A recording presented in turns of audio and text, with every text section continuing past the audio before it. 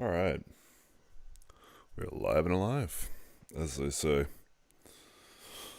They, them say? Yeah, but no. not, not good joke. Let's hop into our stream manager here. Then ping the Discord for once.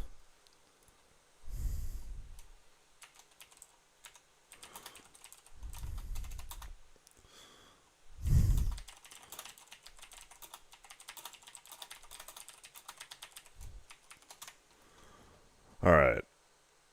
Let us continue. All right, cool. So, I don't know if anybody saw this, but I think it was Scott Bessent was like, all these people worried about inflation for what? Hey, what's up, Beck? How's it going? Hop in. General. What up, what up, what up? Yeah, dude. Scott Bessent going on. Hello. How goes it? I'm chilling. Did you see, Done with school. Oh, nice. Did a little. No, not like just for the day. Oh, That's what okay, I meant. gotcha. Okay. Dude. No, that would be a pretty random get out. This November 24th. Fuck yeah. Yeah. Well, I don't know how they do it over there. And, Oh yeah. Oh yeah. No, I'd be so fucking enthralled if I was done with school. Oh my god, kill me. Actually, fucking kill me. yeah. But then I would have to get a job, so never mind. It's, it is. No. But actually, dude, I'm sorry. No, I don't want to say it. Maybe it's how about this? Euro jobs. This shit fake as hell, bro. Every single person on Eve Online is like, "Oh yeah, I'm working. Yeah. Yeah, I'm working, dude. Oh, I'm still at the office." It's like, what the fuck do you mean you're still at the office? You're playing a video game and on comms right now. What do you mean? What the fuck? You just hit tab, I guess. Yeah, well, they do. I'm friends with like not the crazy people. So like all they're doing is like AFK mining. It's like okay. Minecraft shit basically. Yeah. Okay. They just have to be Still, it is kind of fun to be like have a job and then like after you're done your job you like don't give a fuck about the rest of the day. Like that's kind of cool. Yeah, that's. I feel like that's kind of what having a job is. Yeah, I know, but I mean, Like you work your 9 to 5 or whatever, and then you got the rest of the day to yourself. I feel like that's. I don't know. I know. I mean, it depends on the It's a job. switch up. It's different than school because I feel like school I'm always like thinking Homework. of not even homework just like essays and shit. It's like, oh, do I like maybe I'll sneak in a game, but then I might have to essay and then I do too much game and then I postpone the essay. But if it's like I just have a job, I'll stop talking about this on Twitch because I sound like a 2-year-old. But you know what I mean. Well, you're already in the crossword section of the YouTube video, so. Oh shit! This cannot be posted on YouTube, man. Oh no. Nobody watches the crossword segment anyways. Maybe I'll just upload it as a YouTube short. Nah, the 5 people that love crosswords on YouTube really do. They're like, wow, this guy's a fucking retard. Oh, stupid guy. Sorry. Anything crazy happening in the EU? Like no, I don't. I literally don't give a fuck about politics here. Nice. Yeah, any It opinions seems on it? it's probably like the same shit. It's like it's anti-immigration versus anti-nuclear green people versus centrist person who is actually worse than American centrist because they are literally like even worse than How so? our centrists. Well, because it's just like complete bureaucrat bullshit. Like every video about talking about like how shit the EU is and how bad like Brussels is run and how bad like that stuff is, like that's kind of true compared to like like American bureaucracy is like like doesn't is I don't really give a fuck. I feel like this is like a fake talking point. You know what I mean? What? Or What? maybe I just rambled. Like the the People bureaucrat people in being mad America at are beer? like, wait. It's like people in America are like the the big government is it's too much. We have too much stuff going on. And I Yeah, feel like in Europe that might be a little true, kind of. But yeah, probably. Yeah, I feel like there's no one that's like cool in Europe right now, is what I'm saying. Nigel Farage, dude. Yeah, that's what I'm saying. There's three factions. There's anti-immigration, Yeah, the retarded Green Party, the worst Green Party of yeah. all time, that are somehow wrong on every single fucking issue. So I'm not ever gonna vote for European them. Greens are just. It's like it's almost like they're conservatives in the sense of it's less like eco-friendly and more just anti-progress or anything like that. I Mhm. and yeah, I like what you want to look at is like what is the dream goal for any of these societies? Like for anti-immigrants, it's like a homogenous, society where all of a sudden people start having kids again, where it's like this is not going to happen. So in reality, your end goal is homogeneity, but no more social programs or anything like that, and a declining economy. Yeah, For the Greens, I don't even know what the end goal is. dude, I don't fucking know, man. And they hate nuclear, Hippie, right? hippie compound, basically. It's also like, again, yeah, exactly what the white nationalists want: a declining society that is like no longer competitive, that only cares about like aesthetic shit Yeah. and like eating green soup or a green fruit smoothie thing, health smoothie, you know? I just don't get the anti-nuclear part of that movement. Like, Yeah, I don't know. I don't know if it's real. It's a fake movement. fake Who's like movement. who's happy to vote for them? Who's like, yeah, man. Like I've never met a Swedish person that's like, I'm green or whatever. You've probably definitely met a Swedish person that's very anti-immigrant, though. I feel like that has that come and gone, or is that still rising? It's like the thing is, it's kind of weird. Like I don't know if it's a thing in the party in the like actual political system, but Mm-hmm. man, back like a year ago, or maybe it was a year and a half. Yeah, a year and a half. I lived right by the train station, Mm-hmm. so I would just like finish class and then go. Like I would even play video. I would watch movies. I would spend most of my days in the train station cafe, Mm-hmm. which is like it's like open. It's like not in a, you know how there's like built, it's like in the open. I don't know how to explain it. It's not like in a specific like storefront. It's like just an open thing. And dude, the conversations I listened to, it was like the most retarded shit ever. And it was often like business guys going like, you hear about this they'd like just found out that immigration was like a topic or something. Okay. I don't know how to explain it. And then they're most of the time anti-immigration. Or like just finding him out about like, yeah, stupid shit, Nice. basically. I don't know how Yeah, to explain that's it, but you know, like they weren't even like that racist. They were like, you know how like Andy when he's like talking about something and he just found sure. out about it and he's like kind of like questioning and like kind of enthusiastic about. I don't know how to explain it. It's like it's a very like curious. Yeah.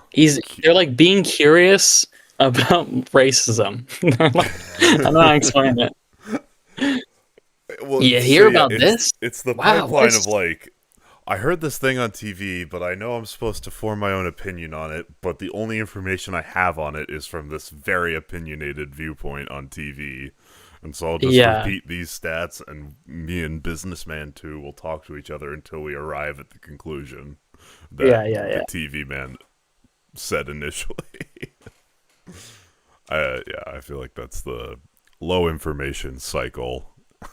You can talk Yeah, yourself that's. into I whatever mean, you yeah, heard yeah. on Fox Business or whatever. But yeah, they don't even have Fox. Maybe there is like a Swedish Fox. I'm sure there is. Yeah, What is probably. the Swedish Fox News? Not Fox News Sweden. No, no, no, no, no. Please God, no. Equivalent. There's SVT News. Um, I mean, this looks very so. I don't know. I mean, it's just the public.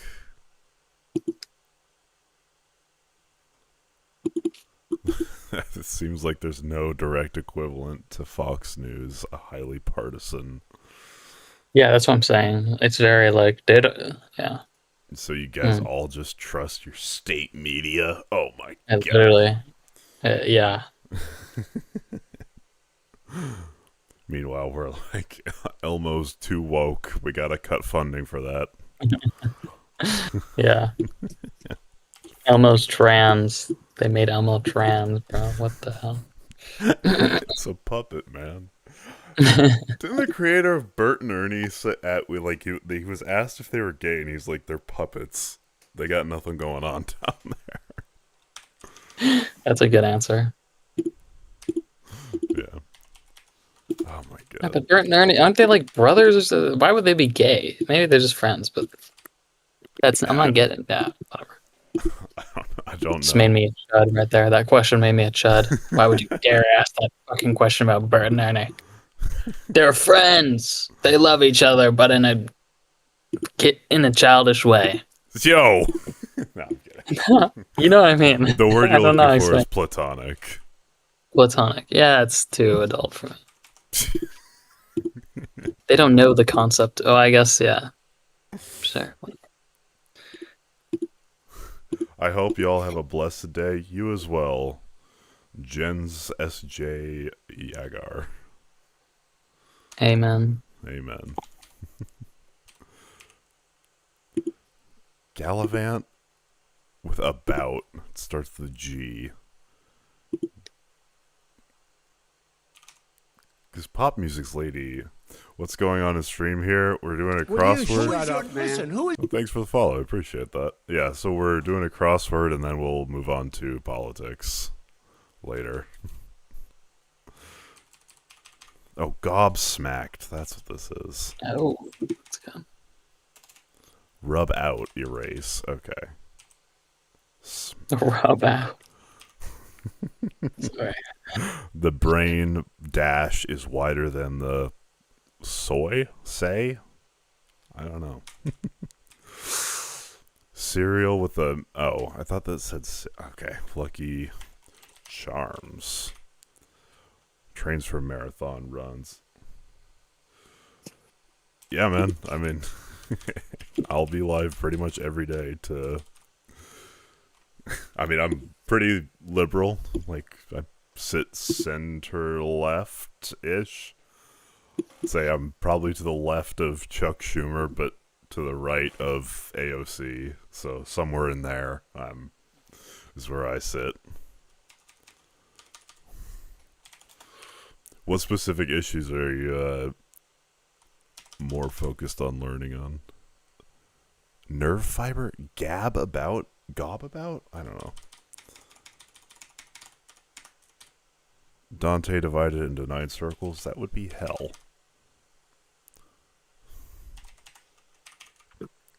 That would be what the wokes want. All right. Yeah, true. The wokes want 9 circles of hell? What? Yep. That's what they're petitioning for. Mm. I heard it in the SVT on SVT2. I heard it. Oh, that's a question I had. Does the term woke like transcend the U.S.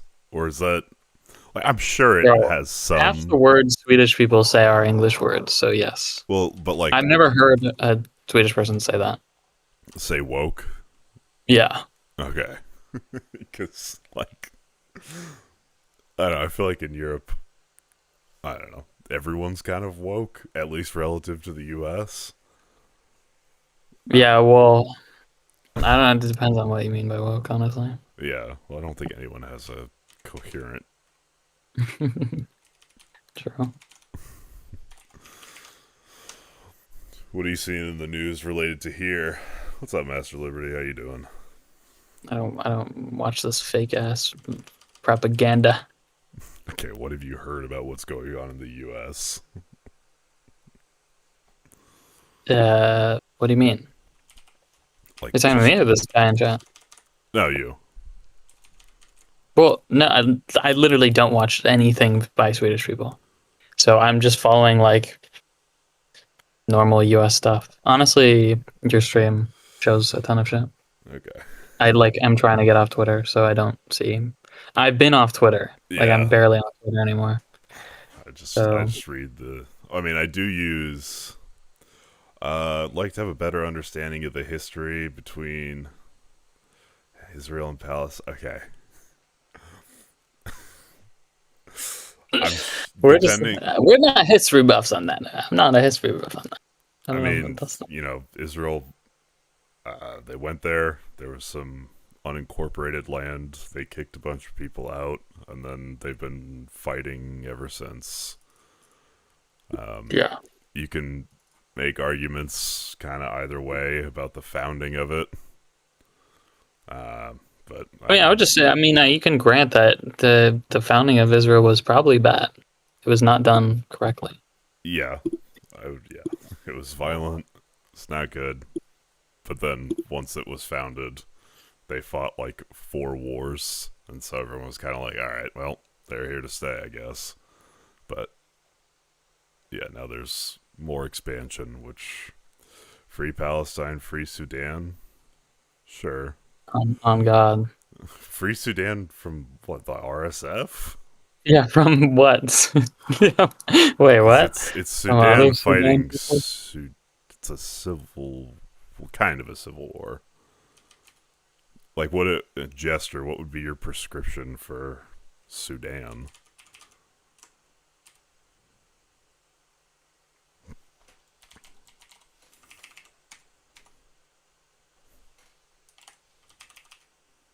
Tater Spud.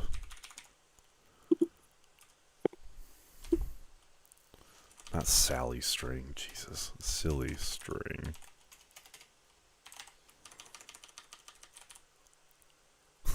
Alvin and his backup singers. We got this one. Oh hell yeah. That's what I call them. I call them the backup singers. From their demonic pet. Yeah, okay. Yeah. The. Was it the babyface guy that went rogue? Yeah, that situation is fucked up. We need to get help into Darfur. Unfortunately, we cut the program that probably would have been able to help. So, yeah.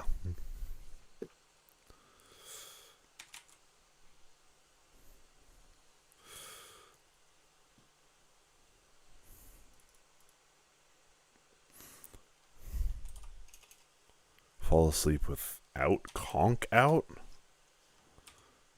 Playing card better known as a jack. Um, I also stand with Ukraine based. Thank God. Yeah. Dude, we're human gonna go rights. we're gonna go Let's F go not go F. We're gonna go over this peace plan again and how it was literally handwritten by the Russians, and then Rubio. I like my theory on what happened there is Rubio, or people put it in Google Translate, Rubio rubber stamped it, and Witkoff or something, and then they sent it to Trump. Trump didn't look into it at all and just said, all right, this is the plan, something peace, and then tried to pressure Zelensky into taking it, saying we're going to cut off aid, which is total BS. But now he realizes, oh shit, this is really bad. And so they're doing running cover, I guess.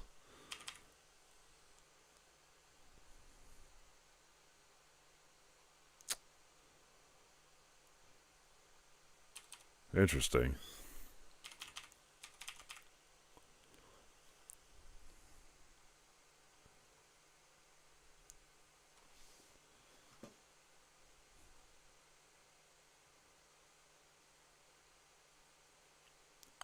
Flag. Oh, Canada. Okay. Wow, that was a fucking American moment. Because the emojis don't show up in my computer's Twitch chat, so when it said CA, I was like, fucking Canada. I'm stupid.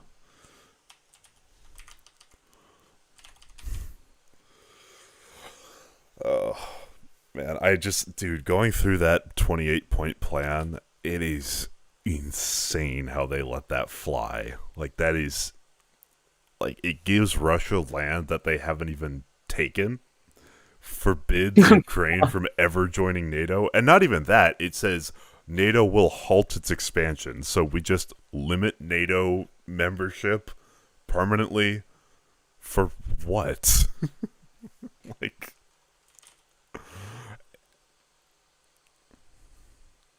Yeah.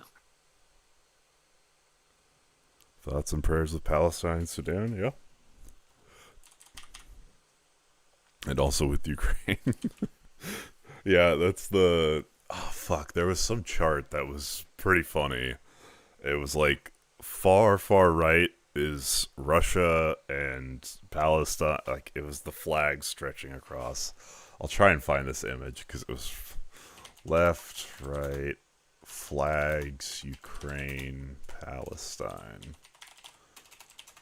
Fuck. It was. It's Yeah, yeah, I know what you're talking about. it's this chart. I thought this was pretty funny. Open a new tab. LinkedIn. What the? It's on LinkedIn. Ain't no way, bro. Open an image in new tab. Thank you. Yeah, I mean, it's like I think this is kind of true.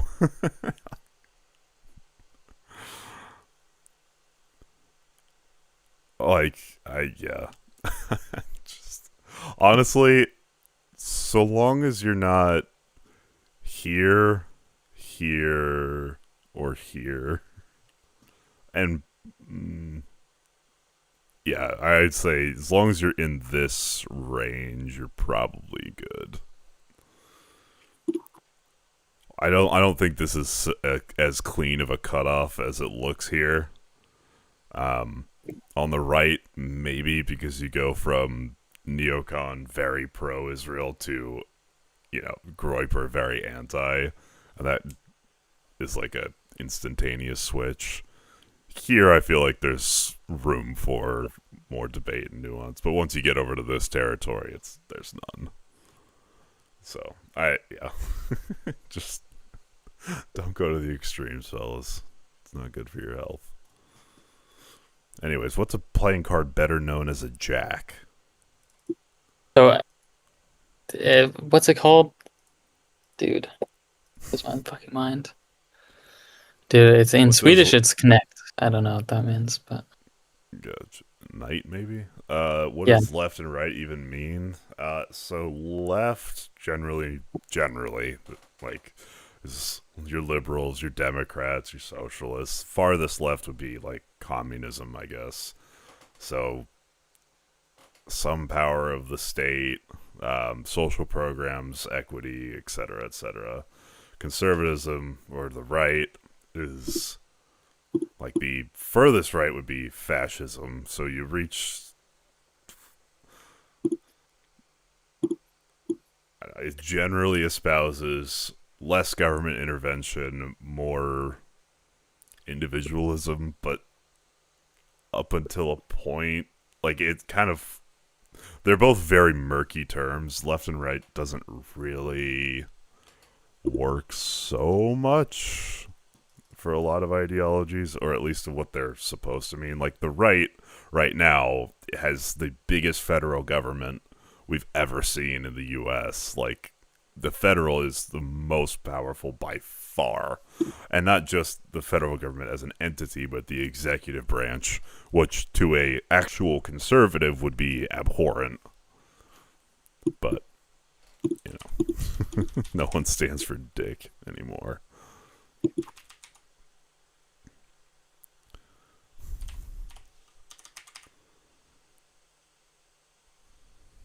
Thoughts on Zoran? I like him. He's a charismatic guy. He's very focused on his messaging on New York. I'm not sure how much depth he has on some things, and I don't think his housing policy is very good. But I thought his meeting with Trump was excellent. Like him going there, um, you know, playing nice, getting Trump in Trump's good graces. Like for New Yorkers, that was absolutely the right way to go about it. While everyone, a lot of people wanted to see them like, fight and argue and all that. Like, it would have been entertaining. But for New York, he got the best possible outcome. So, um, very optimistic on him. I hope someone keeps Zoran's. He'll be fine. That's another thing too. Like his outreach to the Jewish community in New York has actually been really good. I was pleasantly surprised to see him build those inroads and make those connections, talk with community leaders, and actually be able to speak to it pretty well too. Like that, I'm very impressed, and I continue to be very impressed by him. Yeah. Also, yeah. Like if Trump and like it's a and MAGA. I don't. It's a very simplification of the rough. Like if it's become if it's not. So I think it's I'm pushing back on the Zios, the outraged Zios thing. It's because it's like it was kind of politically popular to shit on Zoran because he's like is Islamic or whatever, Muslim or whatever. Is he even Muslim? I don't even know. Yeah, he I don't is. really care. Sure. So yeah, whatever. But is he practicing? Yeah.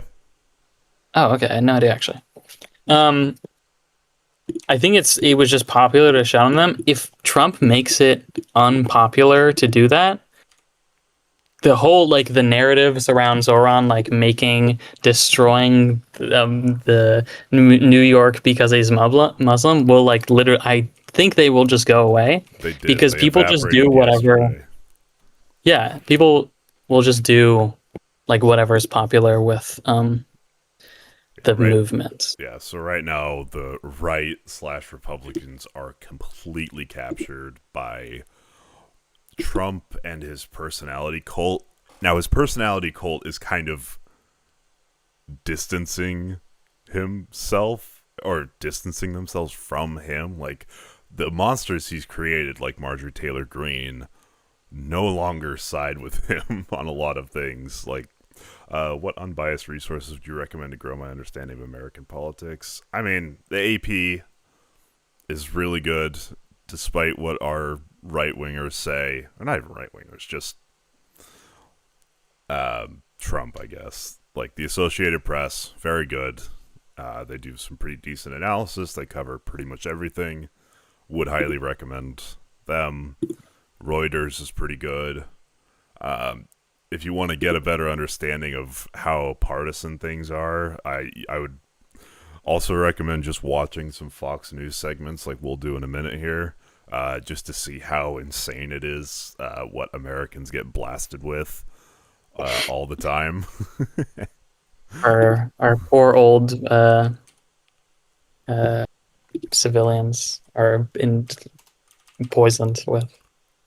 Yeah, we're like if you're on the right, you listen to right wing news, you have right wing facts, you have like it's so partisan.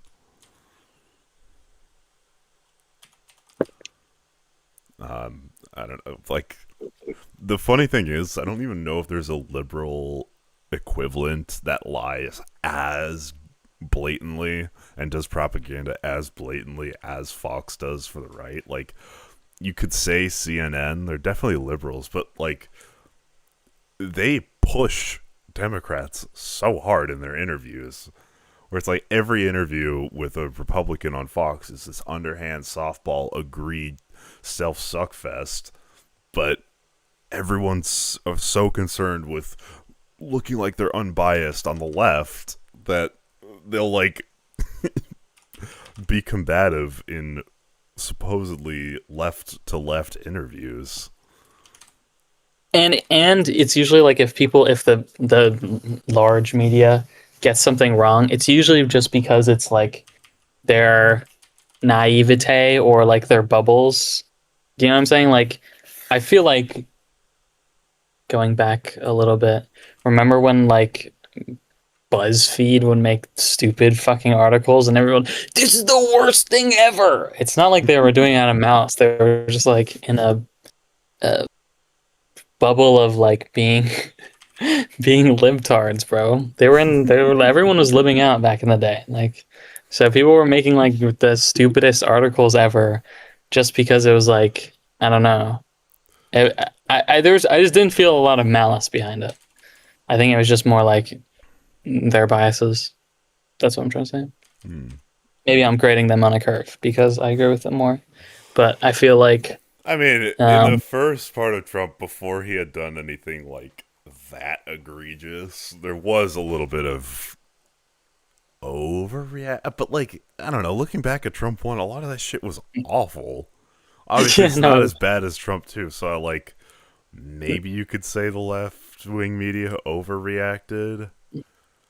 No, I was just saying like culture, not even about Trump or not even about I don't know, like something actual, like there's two sides of covering like the turning over Roe v. Wade, and one is I'm not even saying that. It was just like stupid, like top 10 things to do with your LGBT2 partner.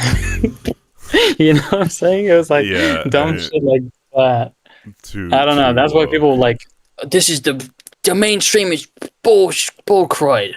That's why that's what broke a lot of that's what broke Joe Rogan's brain was too many articles or shit like that. Like that's what, but that's not like malice. I don't know. Yeah. All right, I'm gonna the fact that like watching the right-wing media lie all the time doesn't break people's brains is like retarded. It does. Crazy. They just don't know they're being brain broken. Oh, true. Wait. Oh, that's a good point. Like, when you have people repeat Fox as if it were gospel, like, there are brain broken, but they always wanted to be brain broken that way. The right-sided arguments about real Trump quotes. He didn't say that. Proof. I have a stick up my bum. Nice. Yeah. So we're just gonna do a quick run through of Truth Social to see what Grandpa's been posting since yesterday. I want to do this segment daily just to show how fucking online this guy is. So no, he's working really hard actually. An AI slop photo of him as a king. Dude, that's Warhammer 40k, dude, or some shit. It's kind of Warhammer-esque with a bunch of Democratic lawmakers. He posted this.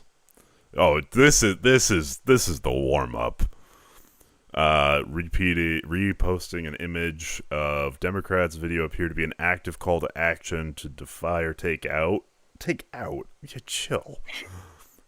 Our duly elected president. We can't just laugh it off. Conservatives possessive. We have to stop tolerating the Demsurrection. We really need to see some legal action against the Democrat domestic terrorist party. You know why there's going to be no legal action?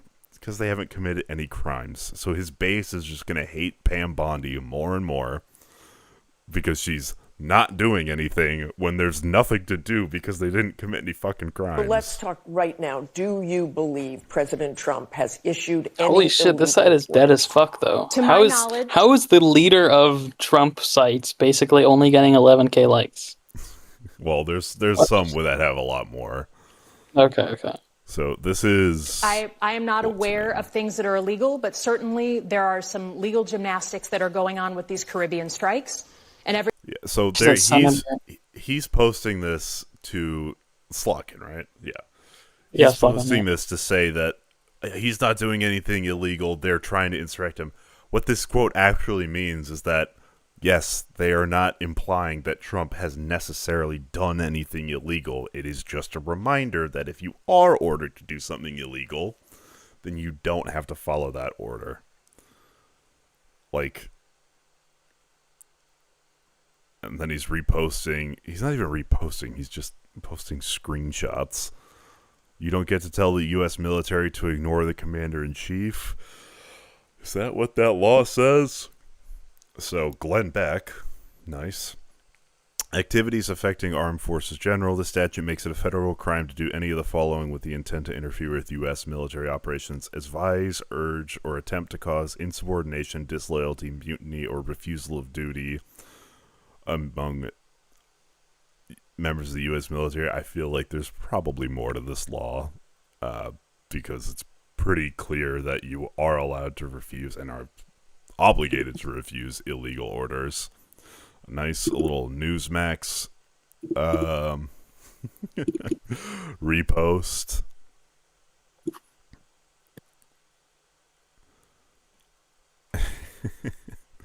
Jesus. And then big old rant here. The Republican Party has never been so united as it is right now, other than Rand Paul Jr., Massey, Marjorie Trader Brown, and a couple other lowlifes.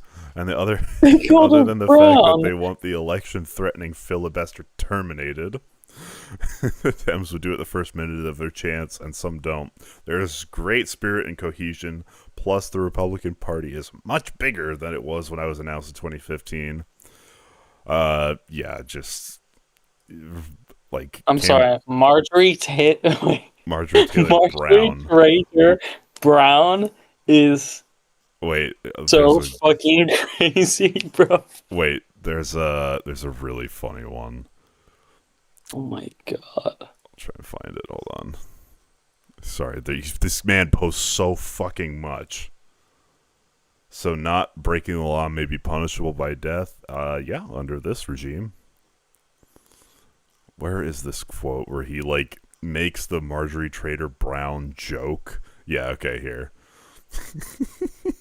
No, this isn't it. It's even further down. Oh my god, this guy, Jesus. Pictures of seditious behavior punishable by death. 47k likes, so that one's got some heat to it. Look at all these fucking reposts. Oh my god. Casually calling for the FCC to take a channel off the air. That's normal. That's what I would have done. That's what I would have done. Where's the one where he explains his joke about Marjorie Taylor Brown because green turns to brown when it rots or some shit like that? Well, he's an artist as well. This guy's so awesome. Just calling other Republicans rhinos for not going along with his redistricting scheme. Which, shout out Indiana, I guess. Good call there. Yeah. Did not expect that to... I feel like it should be clear now that Messi's greater than Ronaldo. Yeah. I mean, Ronaldo is just the Saudis' little plaything. I don't... Yeah. Yeah. The fact that I thought that was like a meme. There's no way people actually think Ronaldo's better than Messi. That's like not... I don't even follow football, and that's just wrong. Well, they play soccer enough. I'm kidding. True. Yeah, I don't know. I will always go for, even if they were equal, like Ronaldo's a showboater and Messi seems more humble, so I'll always trend towards that. That's my bias, if you will. Mm-hmm. We should probably read the SAVE Act. Republicans have to attach the SAVE Act and $1 trillion in spending cuts to the next budget bill in January or shut the government. Where are you going to cut $1 trillion? Doge couldn't find it. Doge ended up costing like $500 billion or something like that. They didn't save dick. There's not $1 trillion to save unless you want to talk about cutting Social Security, Medicare, or the military, which you won't do. I'm from the U.S.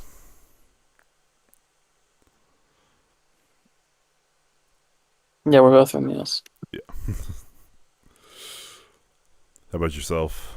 I'm sorry if you already answered this. Is this the Canadian person? Yeah, Maybe, isn't this? yeah, Canadian.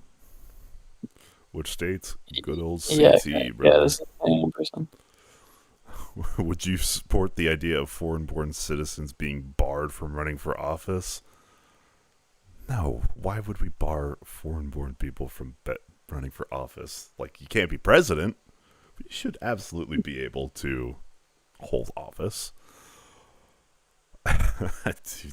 More Benny Johnson reposts. Mind you, this is all of this that we've covered thus far, it was within 4 hours. Holy fuck. Tim Bucharest doubles down live. Joe Biden's team was getting rich off selling pardons. This is projection at the highest level. It's so crazy, bro. Especially after pardoning Wow. CZ, like the fucking crypto scammer guy. Like, who he directly funded Trump's campaign, and then he gets a pardon. Like that. Like, and this is over and over and over again, where the top holders of his Trump coin that went to that dinner, all of a sudden the investigations into them disappeared. Like, he is the most corrupt president we have ever had. Yeah. All right. Deep fake quote status. I'm good. Ivermectin tablets being advertised to me. Oh yeah. That's what I need. I actually need that for my illness. Justin, It's devs called- who called on military to resist Trump being investigated by military courts. Good fucking luck. Let's actually litigate that. You won't. It's just a bunch of reposting some shit. Okay, so here's where it gets. Well, here's another crazy thing. I shouldn't say here's where it gets crazy because this is all insane. But reposting Spiritual Street Fighter 17. Nothing can stop what is coming. It's the V for Vendetta guy. And then, I don't know if he's doing this intentionally, but time to obliterate the deep state. And it's an AI image of himself. Do it Q. So the QAnon folk are going to have a field day with this one. Why the fuck? Okay, first of all. Guys, the storm is coming. Please wait 4 more years. The storm is coming. Who is this? Hold on, I'm gonna look up this Twitter account. Spiritual. What the fuck? Street Fighter. Holy shit. There's the like fucking hope. There's so many of them. What the fuck? I'm a proud American, born and raised, woman for Trump. I believe in Q. 100% Russian or Indian guy.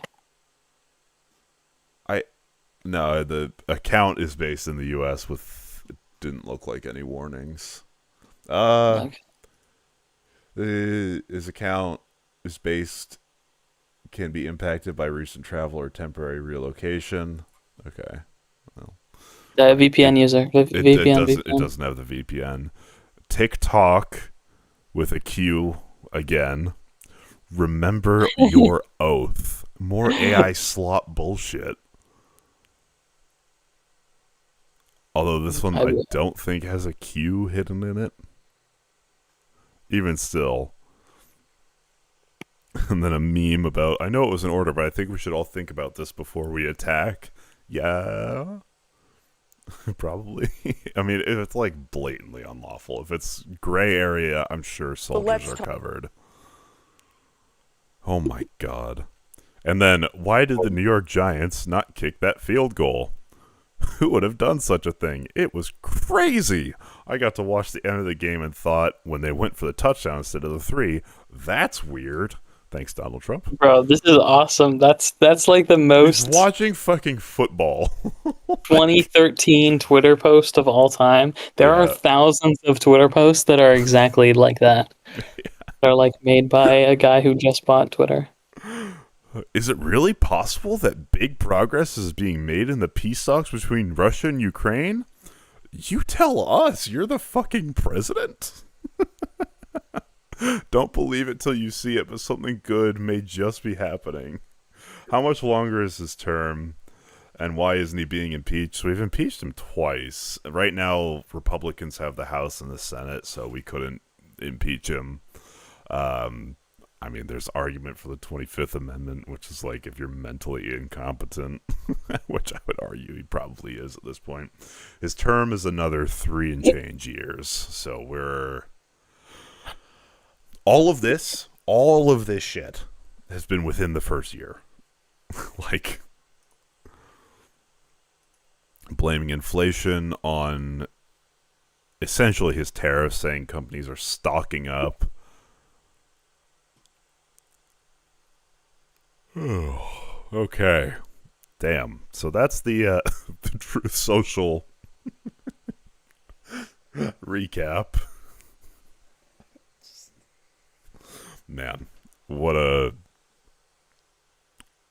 How did Americans fall? How did we do... How? Like...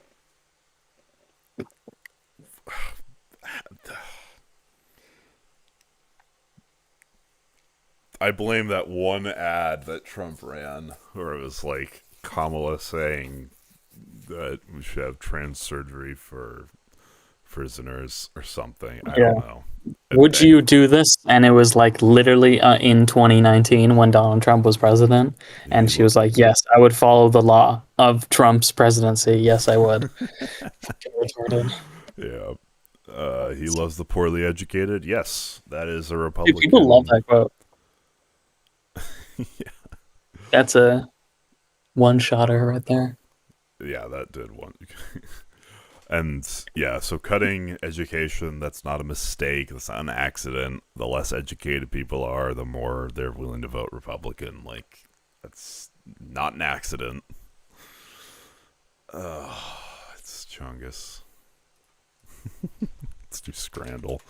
Those videos do well. All right. Okay, is this pretzel too goddamn big?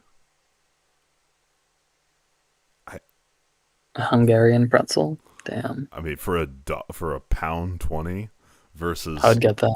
whatever the fuck this is. I can't even tell what food is under this. It looks like peanut butter or something. I don't know. What do you think about Kirkification? I think that people will make memes about literally anyone and anything. There's nothing sacred on the internet, so it's kind of just what was gonna happen. Yeah.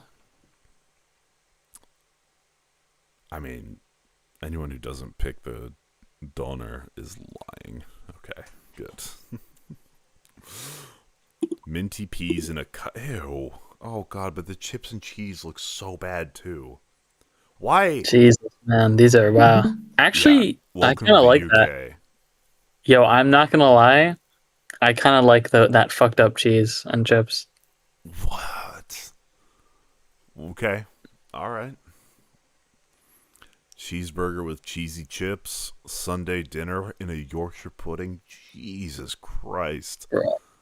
For £8 versus... Dude, come on. There's no way. There's actually no way. Then this is 18. Yeah, there's no way. I would 100% always go for the right. Do you know much about the Canadian economy? I know that we are your number one trading partner, and that you guys are focusing more on Canadian goods. Other than that, not much. 2 herrings versus a cheeseburger? I mean... Wait. Is this way? Sorry, but before you lock in, is this what the viewer of the website would want, or what is like based on location? what is more popular? So, like, when put to a vote, what did more people pick? Because I know in the Netherlands they love those fish. Yeah, I would probably go towards the herring. Yeah, because that Okay. cheeseburger is burnt. Oh. That is not a hot dog. That is a But look how expensive the hot dog is. so. Ain't no Whereas in way. here in Brazil, you get Really? beans, rice, fried egg, crackling pork steak, tomato sauce, and cabbage for £3. That's Yeah. a no-brainer. Euros versus sticky Korean glazed prawns. I don't know. This is probably going to be just an anti-USA spin, right? Like, people would vote for thing. I Yeah. don't know. Oh, wow. Wow. Okay, great. Great. I was going to do the opposite. Octopus sandwich. Ham and cheese panini with 2 Bro, beers. come on, mate. Come on, mate. I I mean, would I love do, I'm sorry. octopus. Oh, really? I would do the left one, though. I It I just, think it's the left one is going to be simple. more popular. Oh, well, you Okay. were correct. Oh, okay. No, the right. I mean, Yeah, but ain't nobody picking no way. this, right? That looks like a No. boiled And the chicken and turd. chips isn't that terrible. Yeah. Who in their right mind would ever pick that one? Steak, blagus, and peppercorn sauce pie. Blagus is like, oh, never mind. I thought it was something else. Oh, all right. It's because the picture looked better, honestly. All right, good luck at class. My schedule is like I stream usually 9:30 to either 12:30 or 2:30. Today I'll be streaming till 2:30 Eastern time. Burger 2-inch sausage roll. I mean, it's got to be the 2-inch sausage roll, right? Yeah. That's what I W. W. All right. Food guesser. What? What the fuck? Um, Awara fruit pulp, smoked fish, salt and meat. Okay, so we're in the warmer parts of the world, I assume, yeah, I because would it has agree. fruit in it. Take care, brother. Thanks for popping in. Cassava, okra, plantains. Okay, this is has to be South America, right? Yeah, I would say Brazil. That's a good guess. It might be good, yeah. Dumplings. Wait, is dumplings? Who makes dumplings? Everyone. Who has dumpling and also like chili and It's Venezuela. uh, That's not how you spell yeah. Venezuela. No? Wait. No. Oh, fuck. It's going to be like French Guyana or something like that. What are the other Dude, I don't fucking know. French Guyana? Oh. Damn. A real eater has logged on. Salted cod, potatoes, onions, olive oil, black olives. I was going to say somewhere Nordic until the black olives popped in. Yeah, black olives are giving me like Greek or something. Mediterranean, yeah. Yeah. Uh, And potatoes. What the fuck is this? Maybe it's just some poor country that like got black olives back in the medieval times and like forever has been in love with them. You know?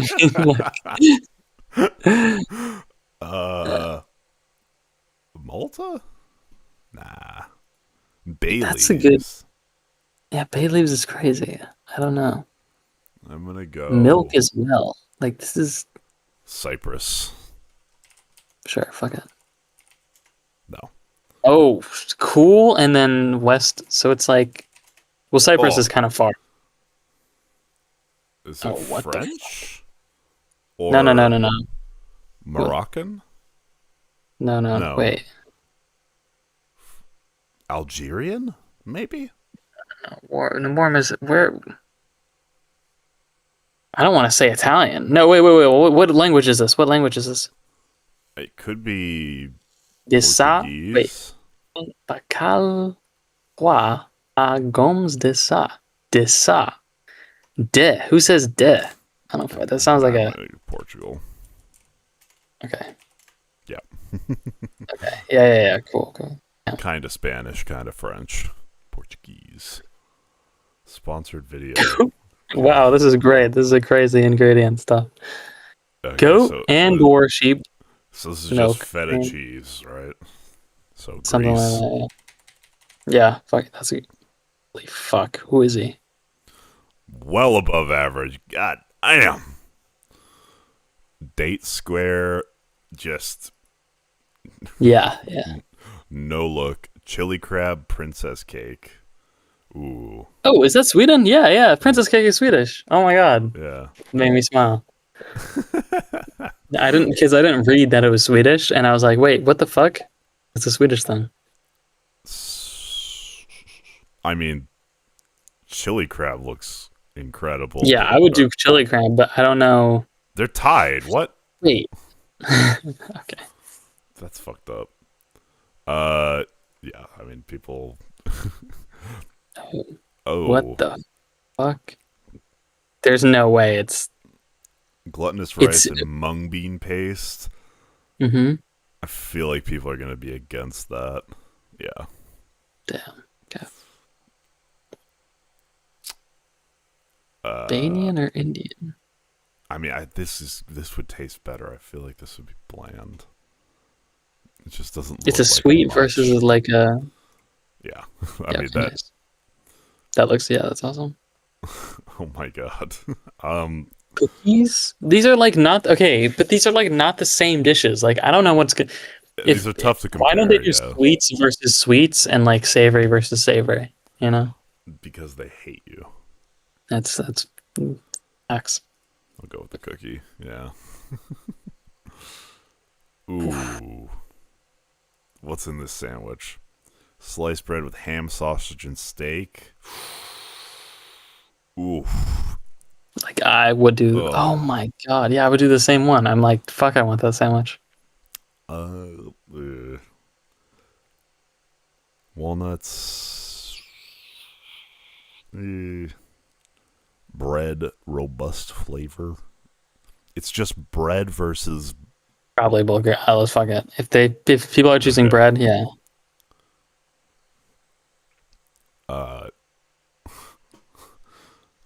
Roll of rice versus. Fucking diarrhea versus the rice on a roll. I mean, this would definitely. You know that this would taste way better. Yeah. I mean, I swear to God, if people are doing a fucking Corona, this shit sucks. I know it sucks.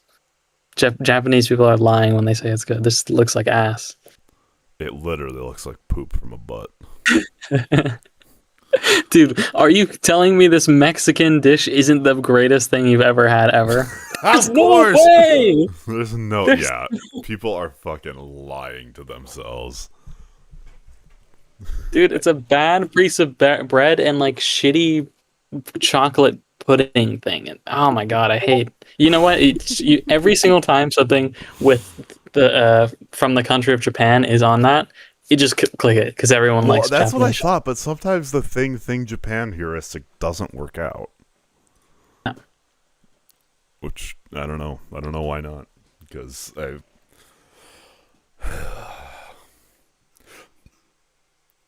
Right. Let's see what Rubio has to say about these Ukraine discussions. We're going to go to Secretary of State Marco Rubio as they announce the latest on Ukraine deals. We are watching this room. I feel so bad for fucking Zelensky too. Right here in Like, Geneva, that's gotta be the... where Secretary of State Marco Rubio has been leading high-level talks with Ukrainian officials as they work through a potential peace plan. Let's listen into the Secretary of State as he begins speaking. I think we made a tremendous amount of progress, even from the last time I spoke to you, and I apologize for keeping you waiting, but there was more work to be done. You know, we began almost 3 weeks ago with a foundational document that was written by Russia. We socialized and ran by both sides, and with input from both sides. And one of the things that happens when you've been involved in this now for 10 months is you get a pretty good sense of what the priorities. I just don't understand like how Russia has such a like hold on anything. Like this is like a fucking. I guess Ukraine has less of a hold. That's probably it. I don't like. I don't. What is supposed to be gained from allyship with Russia? Yeah, they're like fucking. They got coal and oil. That's just, like they're not a tech hub. They're not anything other than that. People are arguing over what's our greatest adversary, Russia or China. I feel like it's China a trillion times over, or at least we're not as directly adversaries with China because we're a huge trading partner. But like, the threat to our influence around the world comes from China. It does not come at all from Russia until now, because we were just letting them take a democratic country, which is just important issues are for both sides. And so that allowed us to create a foundational document, which has been an You got those big ass ears and you still can't fucking listen? ongoing working document. In fact, over the last 96 hours or more, there's been extensive engagement with the Ukrainian side, including our Secretary of the Army and others being on the ground in Kyiv, meeting with relevant stakeholders across the Ukrainian political spectrum in the legislative branch and the executive branch and the military and others to further sort of narrow these points. We arrived here today with one goal, and the goal was to take is 28 points or 26 points, depending on which version as it continued to evolve, and try to narrow the ones that were open items. And we have achieved that today in a very substantial way. Now, obviously, like any final agreement, they'll have to be agreed upon by the presidents, and there are a couple issues that we need to continue to work on. But I think the report today is that I think today was worthwhile. It was very, very. It is probably the most productive day we have had on this issue, maybe in the entirety of our engagement, but certainly in a very long time. But work remains, and because this continues to be a working process, I don't want to declare victory or finality here. There's still some work to be done, but we are much further ahead today at this time than we were when we began this morning. And I mean, no shit. I don't know. I feel like Ukraine deserves to give the Trump admin like a dressing down at some point. Like in the event all this shit goes over and Trump's out of power eventually. Will you shut up, man? Hey, appreciate the follow, Yoshi Airhead. Thank you. Dude, it's crazy that this shit is just allowed to slide and Ukraine has to take it because we're the U.S. It's so fucking annoying. Like, Trump put out a Truth Social. Do I believe in aliens? Yeah, why not? I think they're out there somewhere.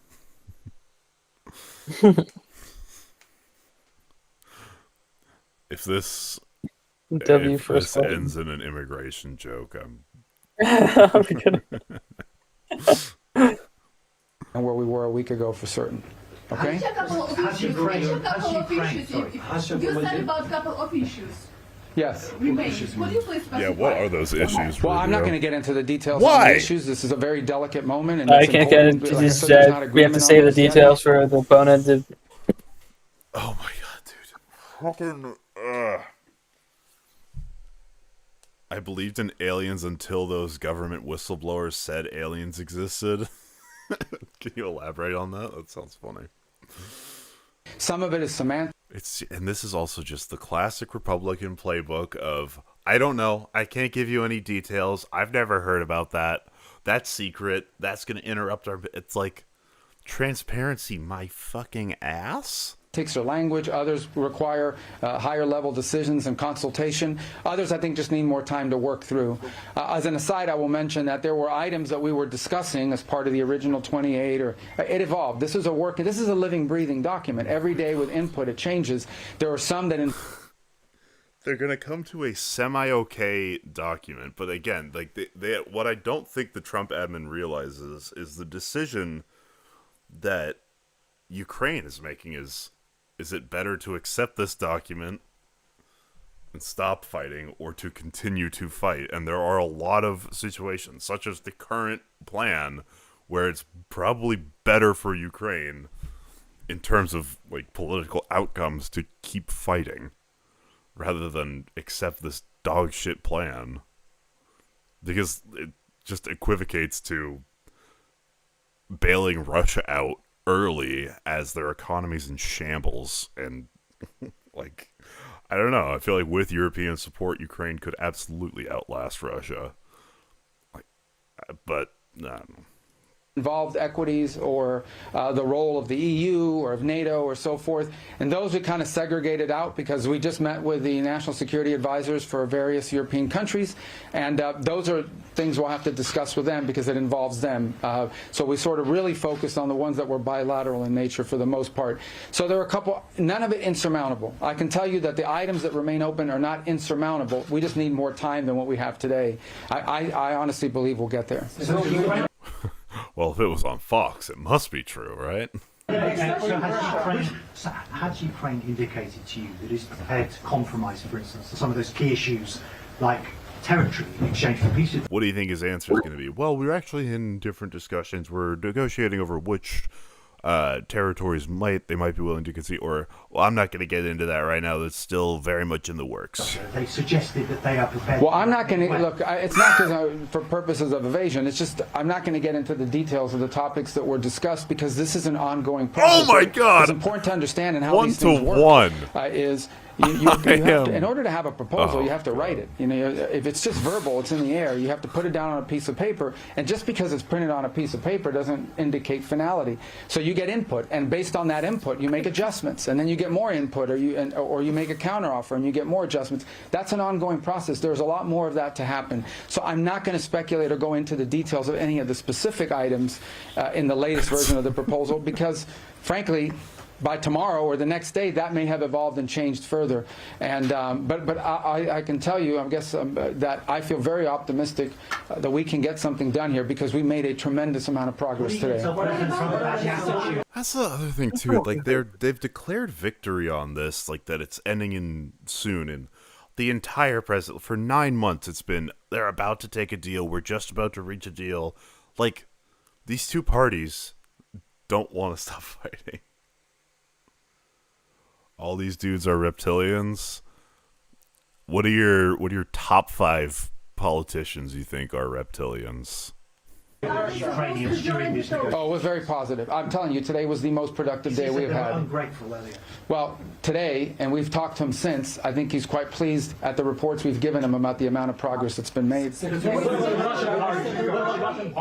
obviously, the Russians get a vote here, right? So, why? I mean, look, we began from the early stage of this process with our understanding of the Russian position as had been communicated to us in numerous ways. At the State Department, we received numerous written non-papers and things of this nature, also verbally, things they've discussed over time and so forth.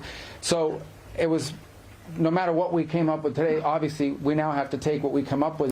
Maybe Russia does actually have a video of Trump blowing Clinton, and that's why he's so conciliatory. He's like, Putin's like, if you don't get me all of these territories, I'm gonna release that video.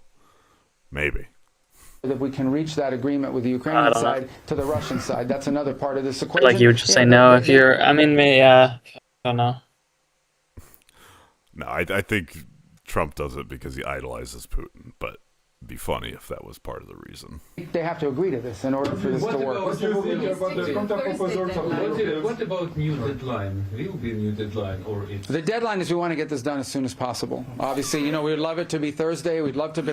Ultimately, 9, the 10 important months point today later, is that we have made substantial progress. We've really moved forward. So I feel very optimistic that we're going to get there in a very reasonable period of time very soon. Whether it's Thursday, whether it's Friday, whether it's Wednesday, whether it's Monday of the following week, we want it to be soon because people are going to, between today and the time we deal with this, more people are going to die. More destruction is going to happen. Our goal is to end this war as soon as possible, but we need a little more time. Again, like, their goal isn't aligned with the goal of the warring parties, Russia's goal is territory. Ukraine's goal is defending their territory and sovereignty. Rushing to peace is not a shared goal of either of those parties. The what? I'm sorry? To discuss the fighter jets in Poland. Yeah, I'm not going to discuss any of the particulars of it, right, frankly. As I said, this is an ongoing process, and so I think there's work to be done. I know that's deeply unsatisfying to you who have to cover these sorts of things, but I wanted to make you aware that we've made progress. I simply don't want to do anything that sets us back in that regard. Stop. Don't say anything until you fucking have something. Like, oh my God. Stop declaring victory preemptively. It's so fucking annoying. Donald Trump 100%, Prince Philip, and all the popes, George Bush, Elon Musk. What's your evidence? And but I can tell you we've made substantial progress. Today was the best day we have had in our entire 10 months of working on these issues. Have you confirmed that you met the European representatives today and what you? Yes, yeah, we met with the national. I'm not gonna lie, I don't get the reptilian. I don't get the reptilian thing. That were here, and we sort obviously of haven't. What? I'm not sure. That's why I just don't get. Asking the reptilian expert in chat. Through the progress we made today, we didn't go again into tremendous detail. We assured them that items that involve both Europe and NATO directly, or that those items are items that we sort of agreed to put as part of a separate track because it involves input from them. But I think what they heard, and I hope they'll confirm, I believe they will, is an incredible amount of positivity from both the Ukrainian and American side about the progress we've made today. What happens tomorrow, Mr. Secretary? What's the plan for tomorrow? It only makes sense if it includes a provision that says the Americans are willing to provide security guarantees similar to Article 5 of NATO. Are you receptive to this? Yeah, again, I'm not going to discuss the details of what's being, worked on. Then why have a press conference? Why take questions? Why do any of this? Particular provisions. I mean, clearly, I think we all recognize that part of getting a final end to this war will require for Ukraine to feel as it is safe and it is never going to be invaded or attacked again. So that's clearly something that has to be discussed. I think we've made substantial progress. Isn't that part of the Budapest memorandum? On that and other points, but I'm not going to get into the details today about all of those. I have time for two more, guys, because I got to run somewhere. The what? No details, Donnie. Would there be a call between President Trump I and know. Zelensky? I don't know. It's possible. I'm not sure. What's the plan? What happens tomorrow? Tomorrow? Yeah, what happens? We keep working. I mean, look, this process. No. This process has been ongoing. What's up, brother? Now for the better part of 3 weeks, and it's really sped up in the last 96 hours. So we have all kinds of people at technical levels that are working full-time on this and engaged in this full-time. In fact, even as we got up and broke up now and walked away from the table, there are a handful of technical items that we expect answers from them on or suggestions from them on in the next 24 hours or so. So this is an ongoing process. We don't have to be here in this building for that to move, but we thought today being here in person allowed us to make great strides, because especially since they sent such a high-level delegation who have the authority to sort of call back to their capital, talk to their president, and make an agreement. We're in high-level delegation status. The what? The counter proposals of the European, the counter plan of the Europeans. I'm not aware counter plan. Nope. I haven't seen any counter plan. All right, guys. Thank you. Thank you. Any concessions you're asking the Russians? All right. You were listening to Secretary of State. The final good question asked at the end: are there any concessions you're asking the Russians to make? No, obviously. Russia actually probably does have an incentive to have this end, especially on the terms the U.S. is potentially giving them. Oh my God, this is rough. All right, what does Zelensky have to say? Thanks so much, dear ladies and gentlemen. It's like, okay, this man looks like he's in a court deposition or something. Yeah. Hello. Hello, Biden. Sweden, honorable Mr. Speaker, and all the friends, dear Ruslan. I'm glad that the Ukrainian Crimean platform and its parliamentary track continues to work and keeps attention on a simple truth. Every nation and every state must be respected. And the core principle that kept... So is Ukraine giving in yet? No. I mean, Russia sent the U.S. a plan. The U.S., like Witkoff and Rubio, put it in Google Translate, said, this is our plan. Trump tried to pressure Zelensky into accepting the Russian plan. And then people were like, yo, that's the Russian plan, and now they're going back on it. You look up Trump and Macron shake hands and pay attention to Macron's teeth. Europe I'm going to do is this off. longer than at any other time in its history must be protected. These principles are clear: respect for human life, no changing borders by force, and no spheres of influence, applied term used to cover the desire to dominate other nations and wage wars of aggression. This is exactly what the Crimean Platform stands for, refusing to accept that launching wars of conquest is normal and refusing to normalize cruelty toward people and nations. Thank you for taking this principled position and for clearly stating that the annexation of Crimea in 2014 was illegal. We all understand the global reality. In a world of hundreds of nations, there are thousands of potential wars, some frozen, of course, some hidden under old deals, some still smoldering. But in most cases, peace is upheld by international law, by conventions, agreements, and the UN Charter.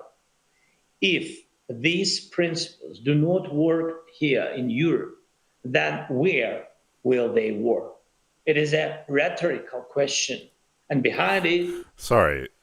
Okay, that looked like, obviously the handshake is still weird because it lasted so fucking long, but he might just have a gap between his teeth, no? lies a global fear that war, not peace, could again become humanity's everyday reality, as in darker times. We cannot allow this. Yeah, he's got a tooth gap. Right now. Sorry, just really quick. Like...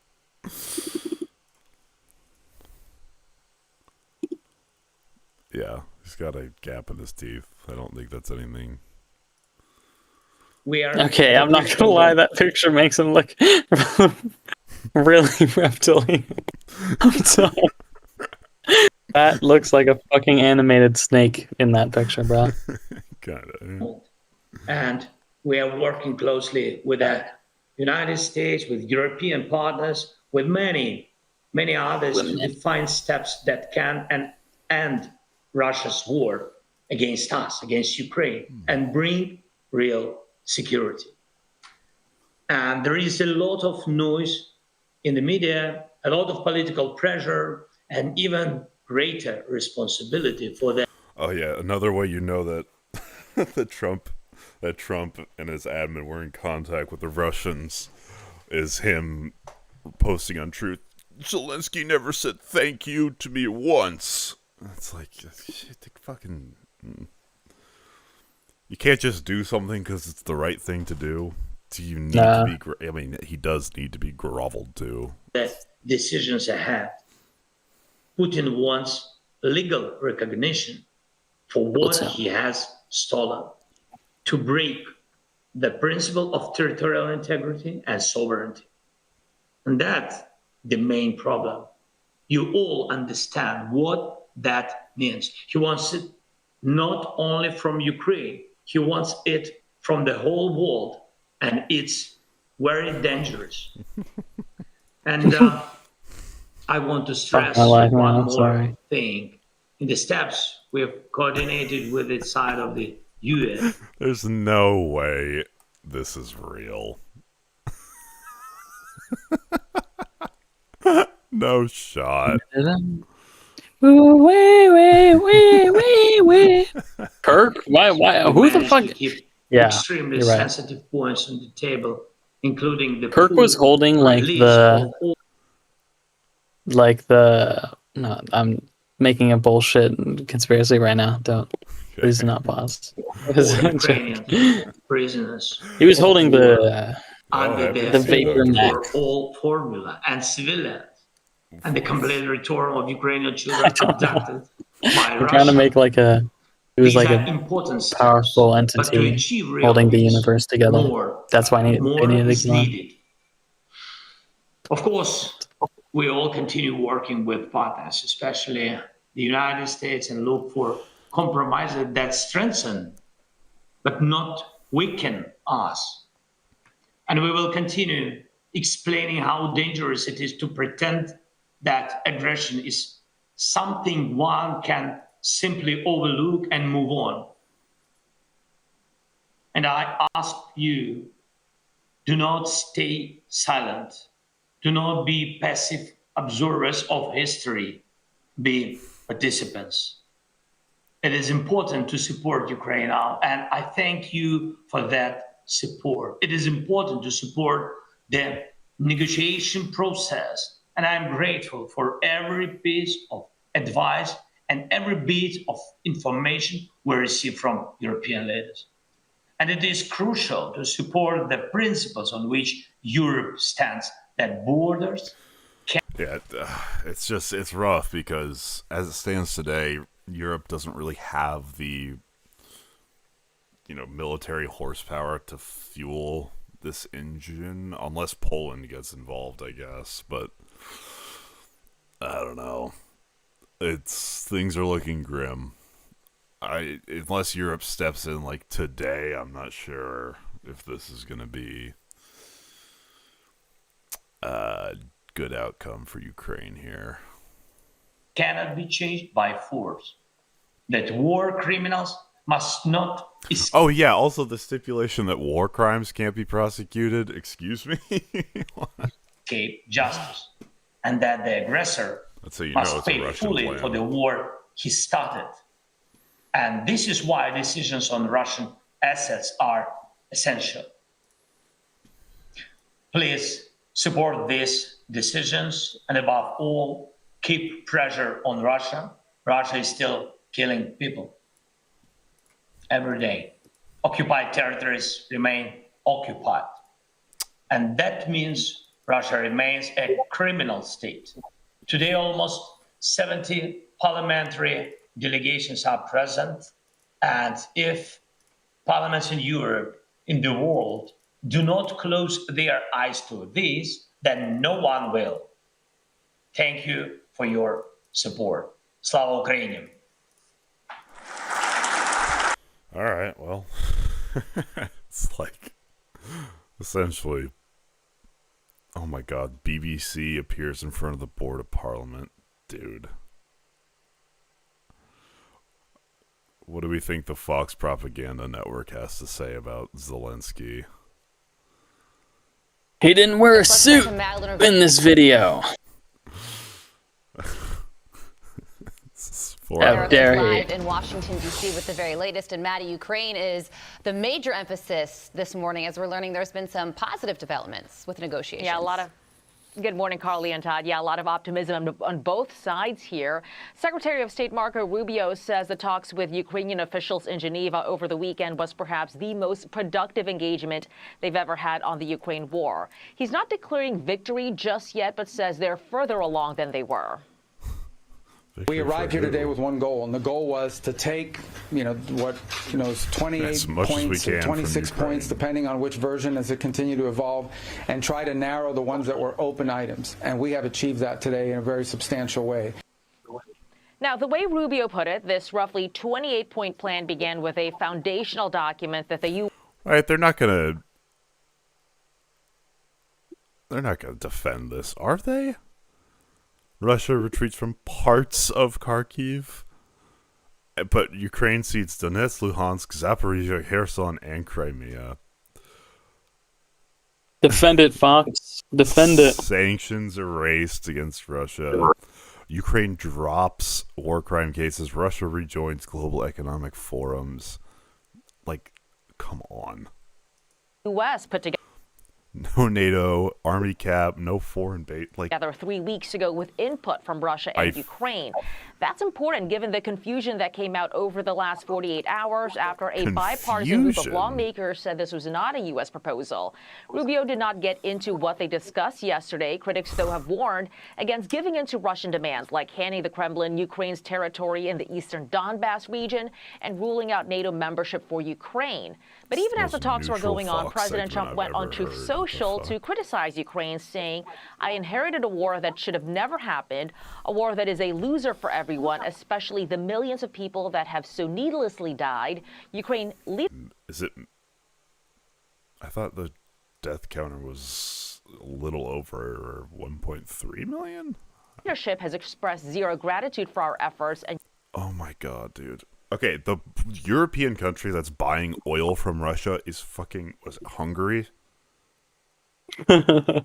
Like, which Orban came to the White House to basically beg you to let him buy Russian oil. And since you guys are both scheming fucks, you apparently let him and then use it as a counterpoint against Ukraine. Man. And Europe continues to buy oil from Russia. Rubio did go on later to say that the president was pleased with the talks. Ukrainian President Zelensky saying on X, "We appreciate so deeply that so many forces and leaders are working for peace right now. Ukraine is grateful to the United States, to every American heart, and personally to President Trump for the assistance. That's starting with the javelins." Oh. Please, Trump, I need this. Oh my god. Dude, I feel awful. Like, doing, like, actually repeating the Obama gave blankets, Trump gave javelins line. Like, it's the right thing to do for him, but has been saving Ukrainian lives. Rubio says they'd like to stick to a Thanksgiving deadline, but suggested that might change depending on the progress that they are making. The president said something similar last Facts, week. dude. That's all he does. That's all this freaking traitor does, Washington, dude. Maddie, thank you. And NATO Secretary General Mark Rutte will join Fox and Friends later this morning to discuss the latest on these critical negotiations. U.S. military leaders slated to visit Puerto Rico today to meet with troops and express gratitude for their dedicated work in the America First missions across the Caribbean. This visit comes as the U.S. is reportedly getting ready to ramp up a new phase in operations against Nicolas Maduro's regime in Venezuela. The U.S. so far has taken out a total of 21 suspected drug boats in September, killing at least 82 narco-terrorists in the process. Operations with regard to Venezuela. Venezuela, I mean, I care, but that's not what this segment is. Ukraine, Russia, and State Marco Rubio touting his progress and optimism on the peace deal between Russia and Ukraine after the Geneva talks held over the weekend. But they got a lot of bipartisan criticism. Take a listen. So I'm not going to speculate or go into the details of any of the specific items in the latest version of the proposal because, frankly, by tomorrow or the next day, that may have evolved and changed further. And but I can tell you, I guess that I feel very optimistic that we can get something done here because we made a tremendous amount. Mainstream media like Fox News reports straight to the CIA, which reports straight to the Vatican. Real.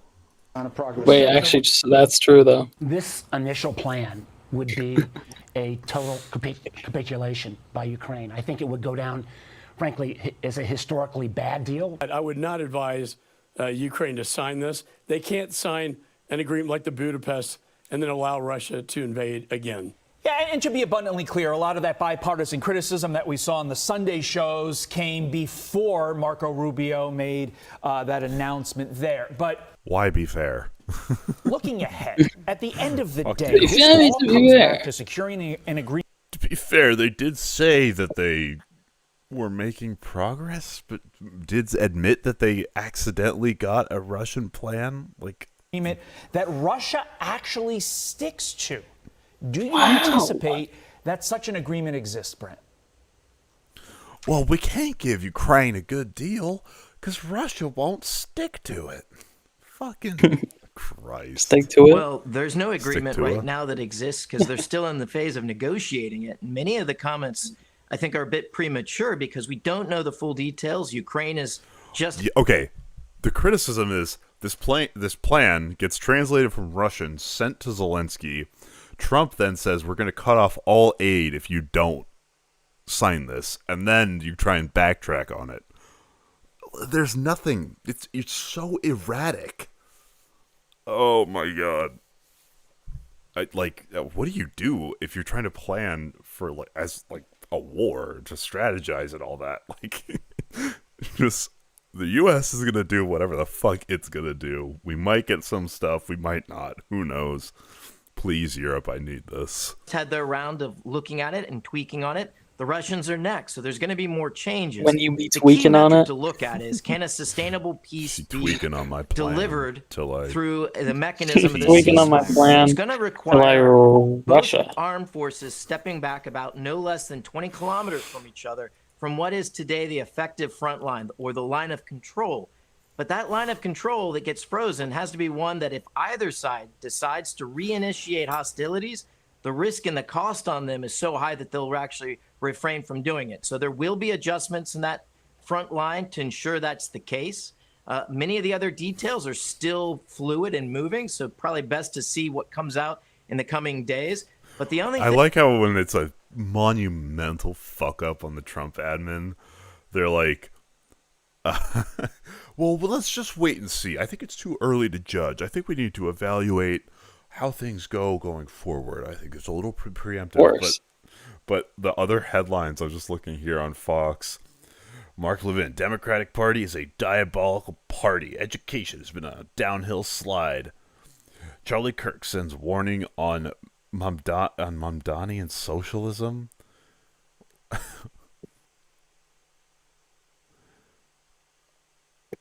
Okay.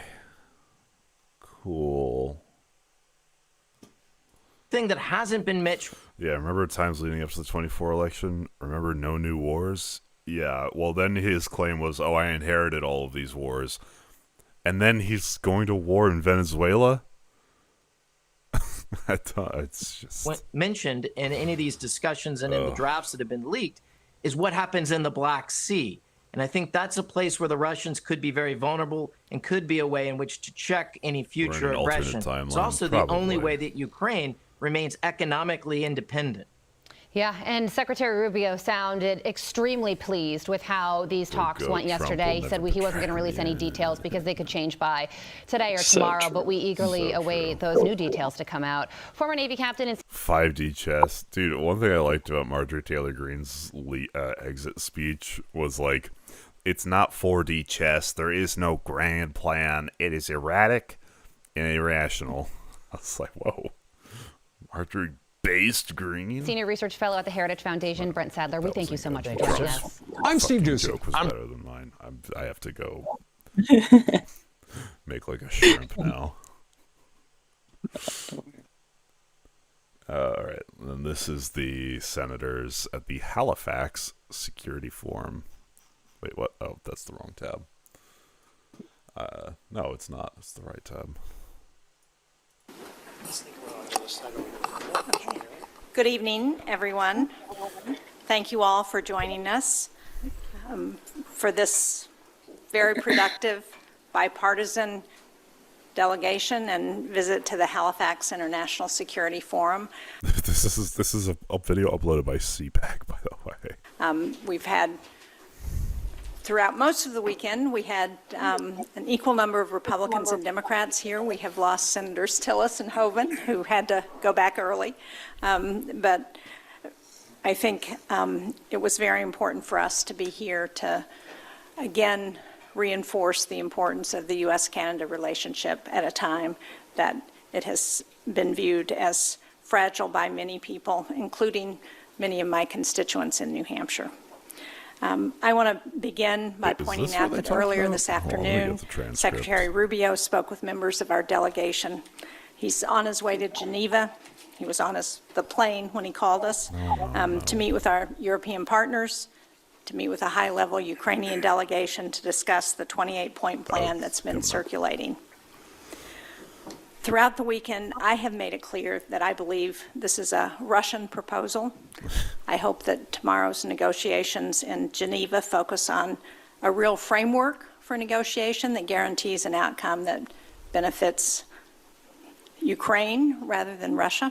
Thank you. I think the instinct to say both sides was strong there, but real peace plan needs to be sustainable and backed by Ukraine's government and its people. It should be developed in full consideration and consultation with our allies who are going to help guarantee a ceasefire and any long-term peace deal. It should include meaningful security guarantees that assure Ukraine and our allies on the continent that we won't see Russia invade Ukraine again in a few years. And I think the United States Congress, on a bipartisan basis, including here at this forum, if you listen to the members of this delegation. Remember, the whole thing, too, is like, we said, give up your nuclear weapons and we'll protect you, kind of, sort of. And then they got invaded. They don't have nuclear weapons anymore. And one of the big points conservatives use to not back Ukraine is, whoa, whoa, whoa, Russia has nuclear weapons. It's like, so did Ukraine until we said we'd back them. Like, delegation have reiterated our support for Ukraine. We believe it's critical that we maintain intelligence sharing and military assistance should remain in place until a real peace deal is reached. So again, let me just close by pointing out that this is my last trip to the Halifax Forum in an official capacity. I have been very honored to be able to join this forum over many years and have been especially honored to lead the U.S. delegation for the last many years. So let me turn it over now to my co-lead from South, that plan got out. Oh, damn, she is I'm not going to speak for the White House on that. Pardon the phrase here, but the Kremlinology of who exactly in the White House is calling the shots about this negotiating position. Can you shed any light on any of that?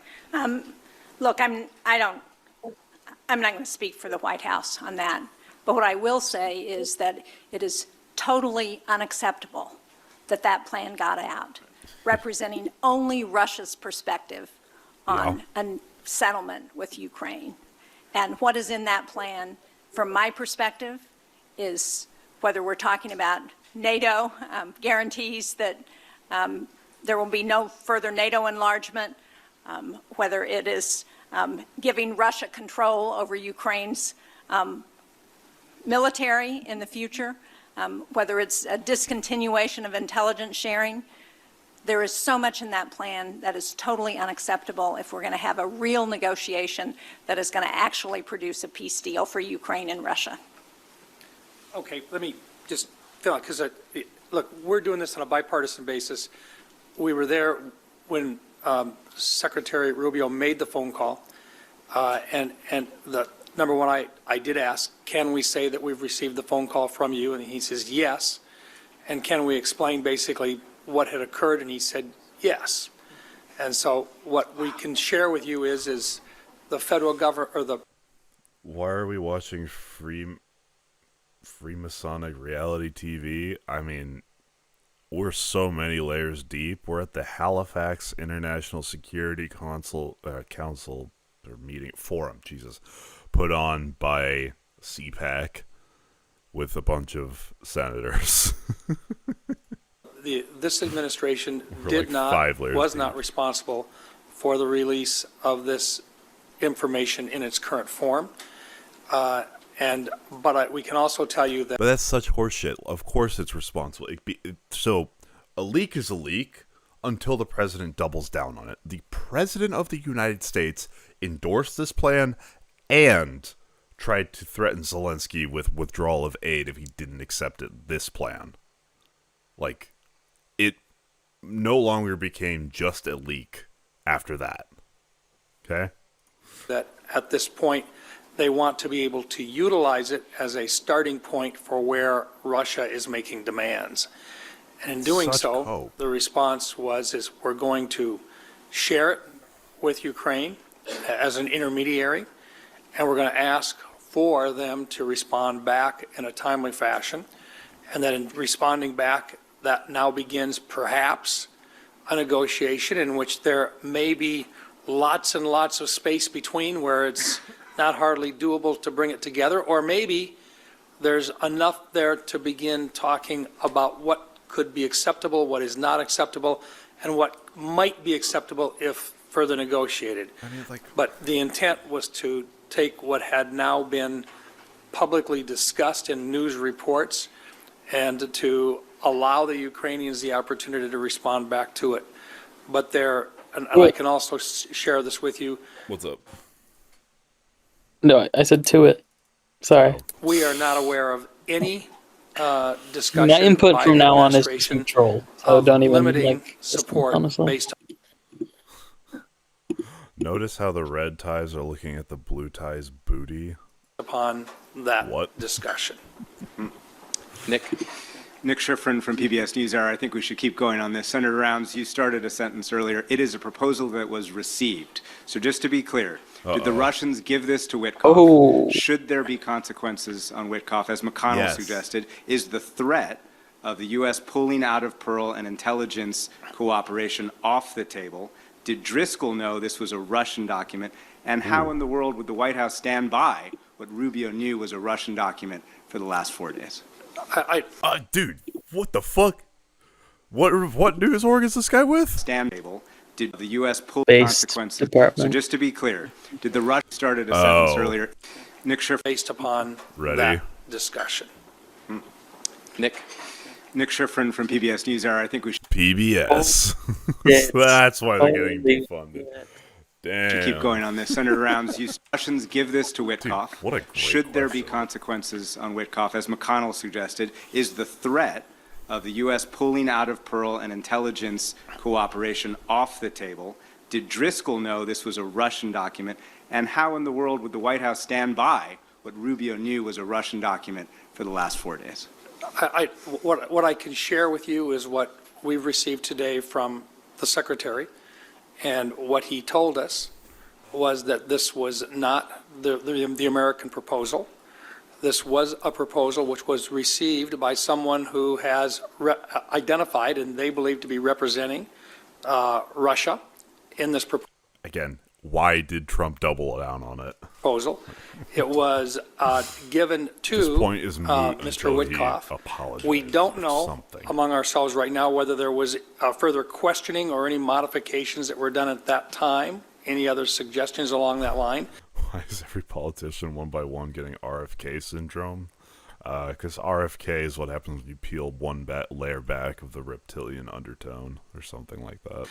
But what we do know is that while that had been received, none of the information that was released on this particular proposal came back from the administration. It was released apparently by the entity that had originally discussed it with U.S. representatives. But to be clear, and our concern was that there be any misunderstanding that this was a United States proposal. It is not. Our concern was that there'd be any misunderstanding. Motherfucker, you had Trump yesterday screaming about how great it was that Zelensky has to take it. And so therefore... Furthermore, with regard to the discussion that there would be threats of items taken in terms of information being withheld and so forth, the Secretary did say that he was not aware of any. Oh, you're not aware. Oh, that's fine then. Thank God, dude. I was afraid he was aware. Yeah, I was afraid the Secretary would know. Dude, oh my God, it's disgusting. So no threats. All we can do is just share with you that he was not aware of that. And if I may just ask again. Nick, we'll go to this side here. Yeah. Nice try, though.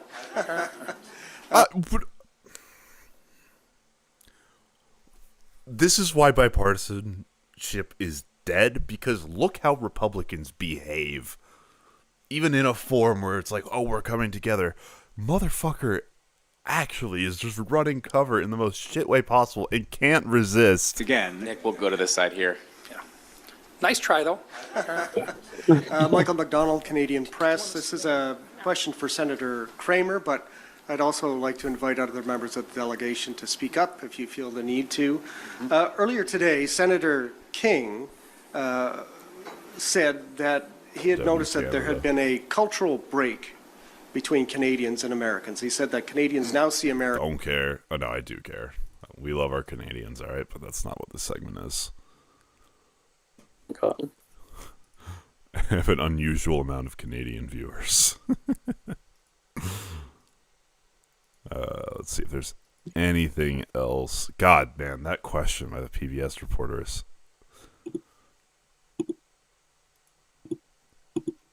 Like it was written in Russian to begin with. And so we just wanted to get what actually happened. And he got on the phone, was very frank about it, and just said, here's the rest of the story. And we said, can we share that story? And he said, we already listened to this.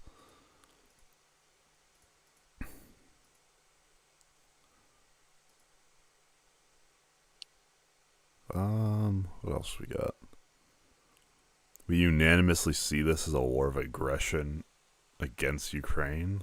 Just to be clear, we unanimously see this as a war of Russian aggression against Ukraine, and are. Do you? Because I would be very curious to hear the administration's take on that. Because there's another Truth Social that actually has been permanently poisoning me. Is that Trump said, this is Biden and Zelensky's war. Like, I just Chungus life, yeah.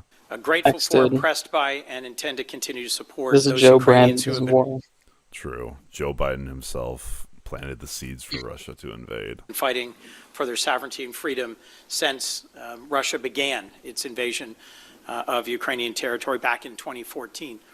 On the Defense Appropriations Subcommittee, Chairman McConnell and I, the ranking member, have worked hard to put back into our defense appropriations bill this year significant support for Ukraine, both on the intelligence side and the defense side.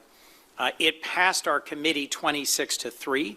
It is ready for action by the full Senate. It should be the next thing we move to when we return from our Thanksgiving recess. And bluntly, I think we should be moving legislation that makes clear that we will not threaten to withhold intelligence or access to American munitions, particularly the surface-to-air defense missiles that are so critical to defending Ukraine and Ukrainian civilians from the daily assault by Russia. This proposal should not lead to Ukraine having to surrender territory, having to make a concession under duress by the United States. Speaking for myself, I think that is the wrong thing for us to do, and we should instead continue to join vital and trusted allies like Canada in continuing to support Ukraine in its fight for freedom. Thank you. We'll unfortunately do last question to Stephen. Hi, Steve Chase with the Globe and Mail newspaper. Thank you for coming. Okay. Nice to know that there's still people in the government that are not super crazy. So, that was this guy again. All right. Let's go back to what the admin is saying on Fox News. And we could start with Howard Lutnick or Scott Bessent. Now, there's a clip in here that I just have to see for myself. Secretary Scott Bessent. Secretary Bessent, welcome back to Meet the Press. Chris, good to be with you today. It's great to have you here in person. Thank you for being here. I want to start right there on the discussion of affordability. You just heard Vice President J.D. Vance ask people to have, quote, a little bit of patience with the administration. Let me give ask this you, a watch, Mr. Secretary, I guess. how long do Americans need to be patient? How long do they have to wait for the cost of living to come down? Well, Kristen, in March of 2024, I wrote a piece and I talked about the 3 I's that were killing Americans: immigration, interest rates, and inflation. President's closed the border and the mass immigration is gone. And that was putting, a lot of the immigration was putting upward pressure on housing, downward pressure on wages.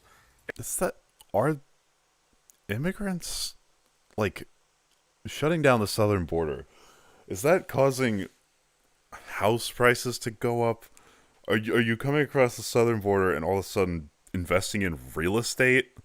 Like, yeah, right. interest rates are down. And digital ID equals cheaper cost of living because you'll owe nothing and own nothing. And now we are starting to see the affordability. The affordability of what? Get better. We had a very big. The problem is Scott Bessent's actually smart too. Like he's a person in the admin that knows better, which makes it all that much worse. October for home sales, energy prices, gasoline is down. We saw. Again, alongside lizard people, I don't get the digital ID scaredness. That doesn't even mean anything. Yeah, I mean, we believe healthcare is going to come down. We will see. I think it's an inevitability at a point. Yeah, on that. Yeah, I wish, but I'm saying across the board. How will I own nothing? Who the fuck is going to own it? The corporate. Essentially, it's all rent, no ownership, yada yada. That's the fear. Prices are starting to come down. Just don't pay the rent. Having Thanksgiving week.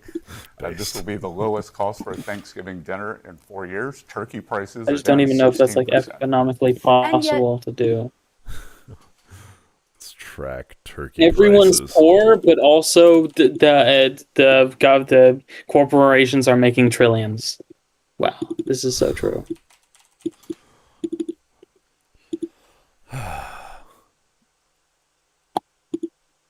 All right, what we're gonna do here is we're just going to fact check fucking everything they say because I feel like being a little bit of a shitter today. So, last 5 years, this is average price frozen turkey. Oh, it went up. Oh, this is 2017. Bro, what the fuck is this? Why does it stop in 2020?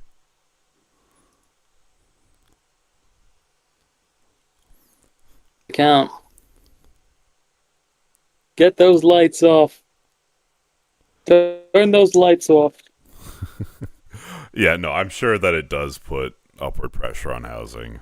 That, like, realistically, yes, people need to stay somewhere.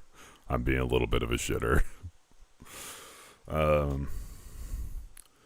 Average frozen turkey. Where are they getting this data? What is this like? Frozen turkey. I need the frozen turkey numbers. What are the frozen turkey numbers? Get them in right now.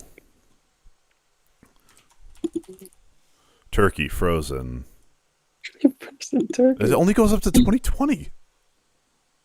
Because everyone stopped eating frozen. Who the fuck eats frozen turkey? What the fuck is this? Well, it's the only place turkey shows up in the BLS statistics. Wow. So, the government's so woke they made a whole agency based on new statistic. What the fuck? Where are they getting this information? The BLM statistic says frozen turkey is too high. Okay, what about the cost of chicken? How's that? Oh, it's rising. Would you believe it? It rose and then is slightly coming down because there's special attention being paid to it. So yeah, turkey is not tracked. This is another case for the national cite your fucking source law. What is this? November 21st? Okay, turkey whole cost per pound.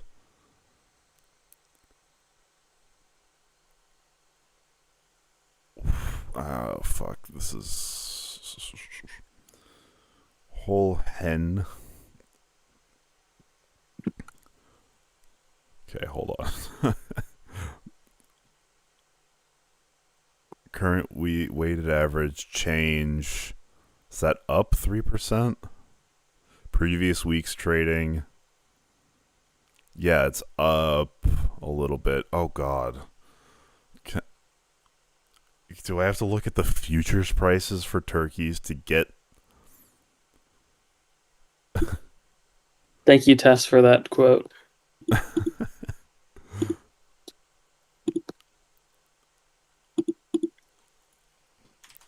Can Is this a thing I can just get? Monthly National Turkey Report. Do we get trend lines?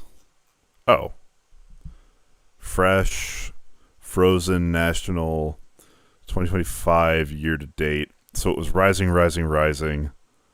Oh, who are you guys? You guys are going to be shocked by this. So it has risen since January, and only from October to November has it fallen. Yeah. Well, because that was Trump. That's what Trump did. That's what. Yeah, Trump is the classic pattern of creates the problem, then puts a Band-Aid on it, and then says it's totally solved. Okay, so that's fact one. Destroyed. Some prices are going up, of course. And my liberal host just lets that slide. We have seen prices increasing on staples like coffee, bananas, bacon. Inflation has gone up. It's at 3% now. It is at 3%. He's going to lie here. Up from 2% in April when the tariffs were imposed. No. They weren't. So inflation hasn't gone up. And Kristen, okay.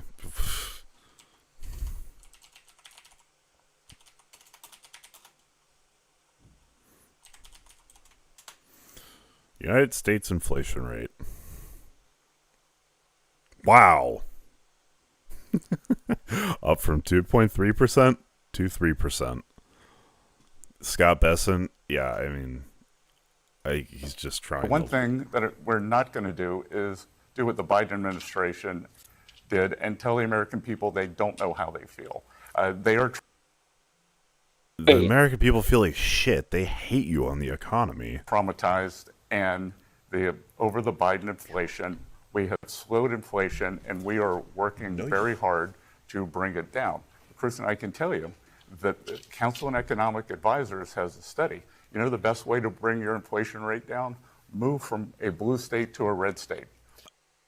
It is real. I thought that was a deep fake. This fucking guy moved from a blue state to a red state to drop your inflation by 0.5%, which would still keep it out of target range, just by the way. And also, blue states have higher incomes. There's more demand.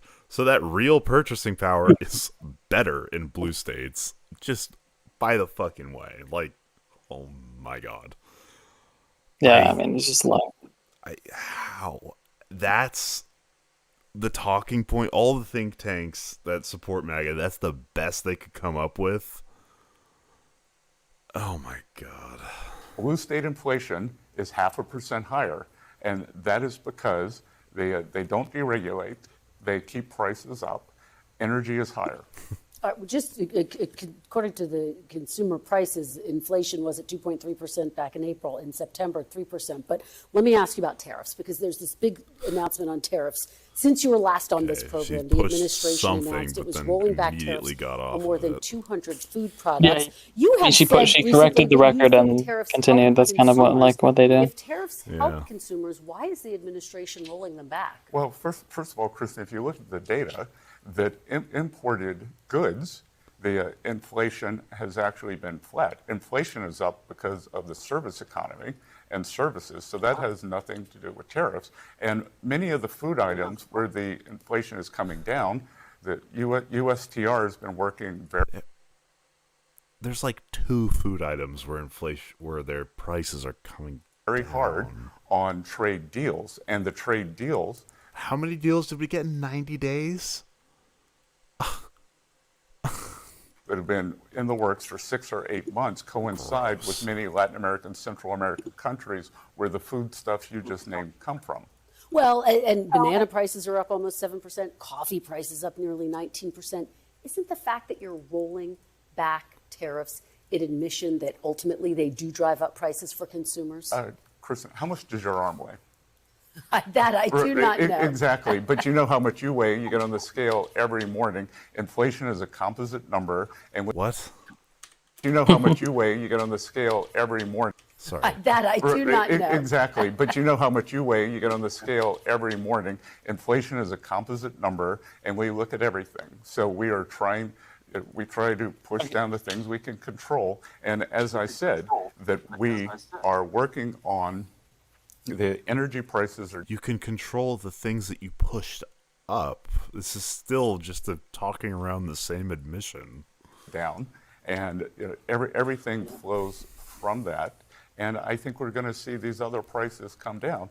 And again, many of these goods were part of trade deals with countries that have been in the works for months. Sure, very quickly, come down in a matter of weeks, months? Sorry? Weeks or months? You said the prices will come down in weeks or The new months? strategy. What? I didn't Some hear are going you. to come down in weeks, some are going to come down in months. We just had in terms of affordability, we just had the best month in the housing market due to affordability, due to increased supply in October, best October in 3 years, best month since February. Let me ask. Wow, what a very specific time frame. Best October in 3 years. Oh my god. If we want to base bar for bar, wouldn't we evaluate it 4 years ago? Big picture, Mr. Secretary. You said earlier this month, I'm going to quote you, quote, I think there are sectors of the economy that are in a recession. Kevin Hassett, director of the National Economic Council, said, quote, we're starting to see pockets of the economy that look like they might be in a recession. Which parts of the economy do you believe have dipped into a recession? Well, clearly housing has been struggling, and so interest rate sensitive sectors have been in a recession. And the other thing that was not helpful, Kristen, was the longest government shutdown in history. It was one. I forgot. It's the Democrats' fault. Of course. Of course it is. We are fucking incompetent. Democrats. 0.5% hit to GDP. They had 9,500 flights canceled. Also, we had the very Democrats slow didn't GDP care growth. that they hurt the American economy. Anything to stop Donald Trump. Well, big picture, is the country at risk, the entire country at risk of being in a recession? No, I am very confident about 2026 because what we are going to see. Bro, this is his Secretary of Defense for Bush. What was his name? The guy who went in front of the UN. Rumsfeld. Going in front of the UN and saying, yeah, we have strong evidence, trading in a lifetime of credibility for some bullshit. See, is the president has done peace deals, tax deals, and trade deals, but one big, beautiful bill. And to go back to affordability has two components. So it's price of goods and real incomes. So under the one big, beautiful bill, especially for working Americans, no tax on tips, no tax on overtime. That's some working Americans. Definitely not all. I don't even know if it would be half. No tax on Social Security, auto deductibility. Working Americans get Social Security. What? Auto deductibility on loans for American cars.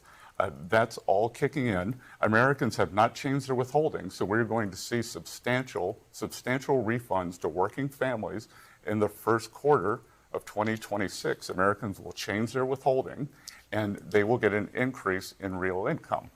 The trade deals that we've done, I was just at my hometown, Charleston, South Carolina.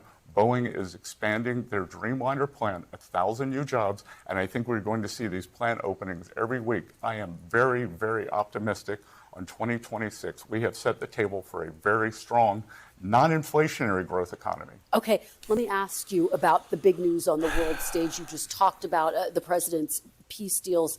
Let's talk about Ukraine. U.S. lawmakers on both sides of the aisle, Ukrainian officials who I've spoken to, say the peace plan for Russia and Ukraine, as written, only Please tell me you don't Russia. know anything Let about me it. I ask need you it. simply, Mr. Secretary, was this 28-point plan written by Russia? I have no information on that, Kristen, but I can tell you. Let's go. Let's fucking go. He has no idea. Ukraine. Well, they just be like. And when I went last February, I went with an economic cooperation agreement between the U.S. and Ukraine. President Zelensky pushed back against it. The same people you're just talking about there pushed back against it. Mainstream media pushed back against it. You know what? We did it 3 months later, and now it is the centerpiece for the Ukrainian economy that this agreement is even funding military plants for the very innovative military sector in the Ukraine. So, I would be very careful on conventional wisdom. And to go back to your question, it is a peace negotiation.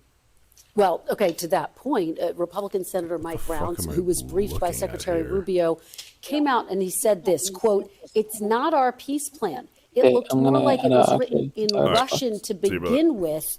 Secretary Rubio says the U.S. did write the plan, but regardless of who wrote it, U.S. lawmakers are concerned that it benefits Russia over Ukraine. Is the administration, is President Trump planning to pressure Ukraine to accept this deal? Look, at the end of the day, it's going to be a decision with the Ukrainians. President Trump is a president of peace. This war would not have started.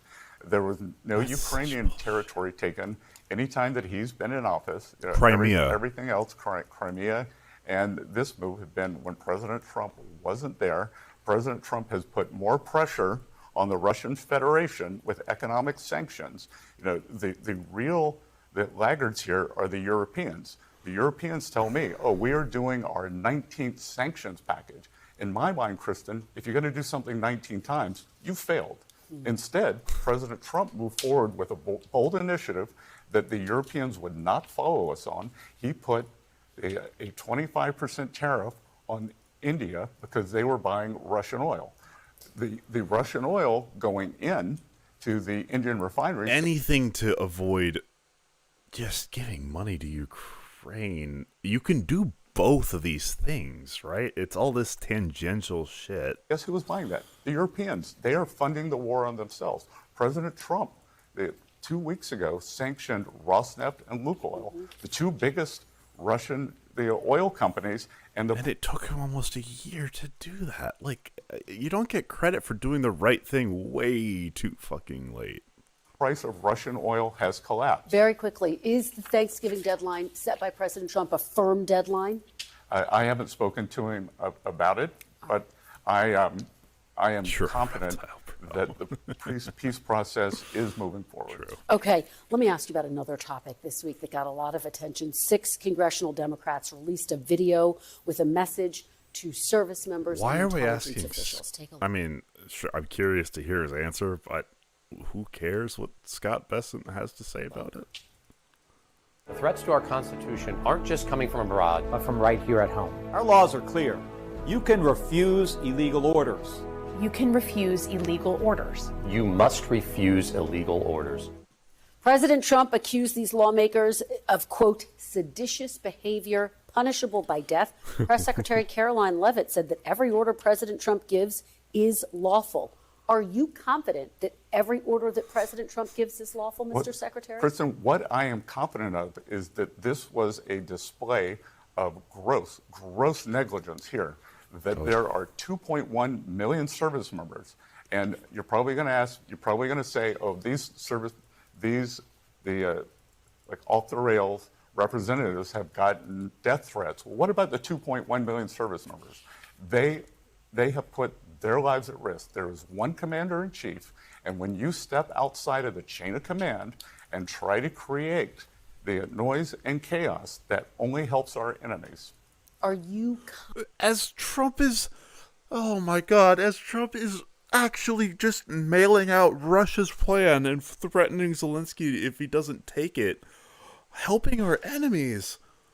Oh my Oh my God, I can't believe this admin anymore. Oh, not for a while, obviously, but it's crazy. And also I looked into the taking away the professional degree designation. They kept it for theology, but they took it away from nursing. That is such bullshit.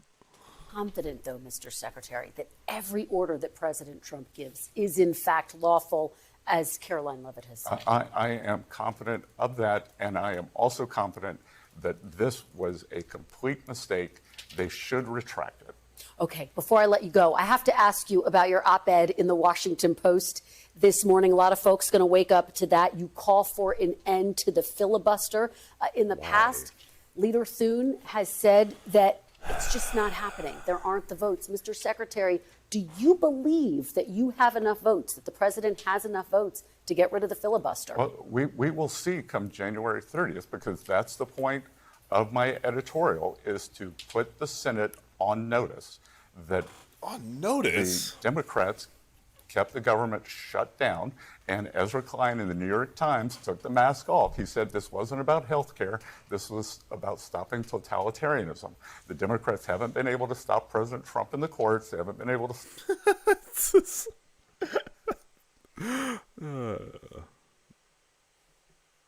These... Man... I respect Democrats for their fight. I think people are always, why are the Democrats not doing anything? Motherfucker, why are the Republicans doing this?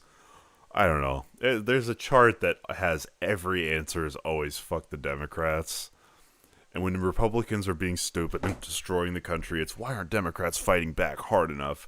And when Democrats are in office trying to do good stuff, why aren't they fighting the Republicans hard enough to get their stuff passed? It's like, who's the common denominator here? Like, oh my God. Stop him in the media, so they had to harm the American people, 1.5% hit to GDP, $11 billion permanent hit. They don't care. Oh my God.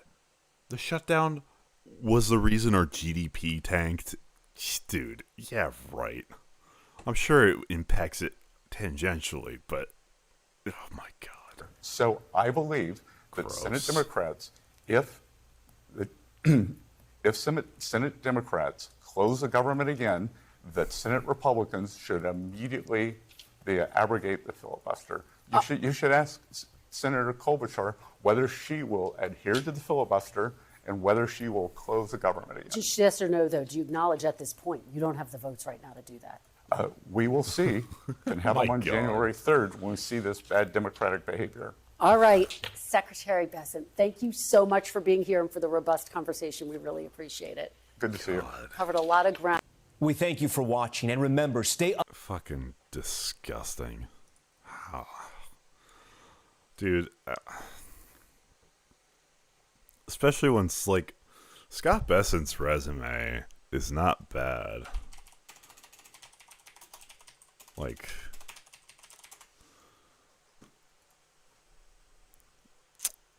what a photo. What's his... Did he go to Yale? Yeah, Yale.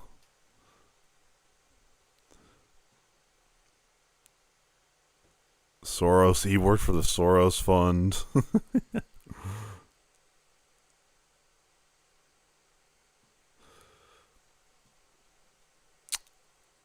He founded a hedge fund. Like, he's made some good trades, too. Like,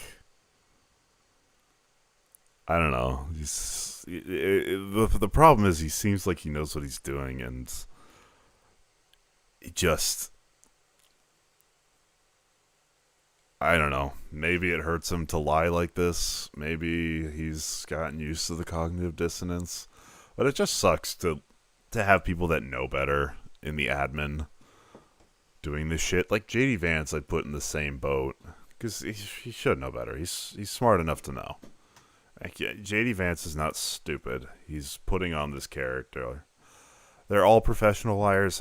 Yeah, I think some of them are just stupid.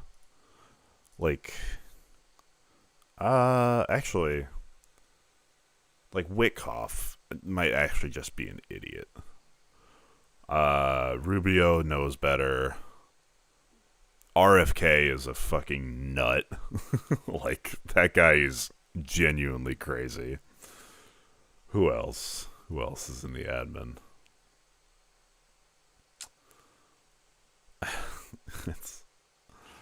Trump is erratic. I don't think there's any intention behind what he does. It's so... When you have idiots mixed with people that want to use idiots like Stephen Miller and Steve Bannon, you get some really dangerous stuff. And now they're in the most powerful office in the world. It's... Dude, how did this happen? I know that's the question everyone's been asking. I disagree. Trump is actually an evil genius. If he had some sort of plan initially, he doesn't anymore. It seems so erratic. Like, it's not even buffoon dumb. It's just so inconsistent with itself that it doesn't feel like there's any underlying plan or even vision that they're striving towards. It's like, you can see with the Mamdani thing, like, he's so easily swayed. It doesn't feel like there's much in the way of cohesion between him, his admin. I don't know.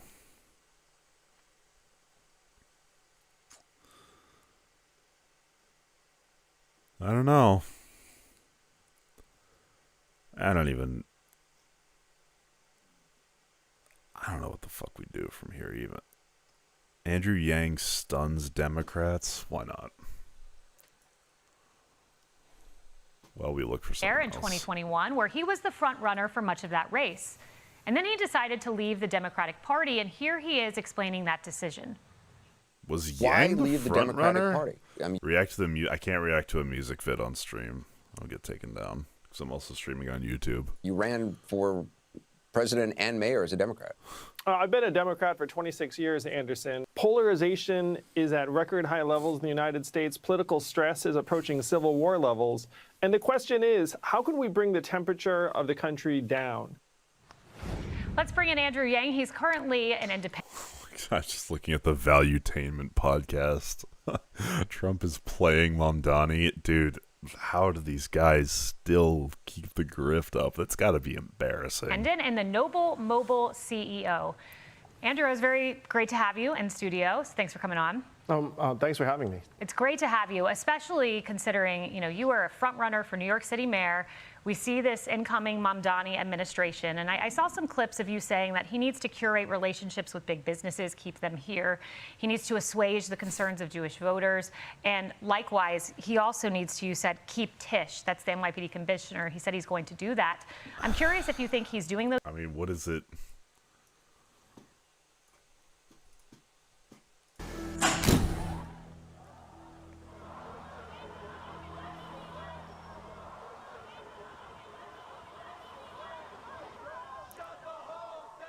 All right, I'm actually going to get copy struck if I watch anymore. But yeah, I mean, he sounds very talented.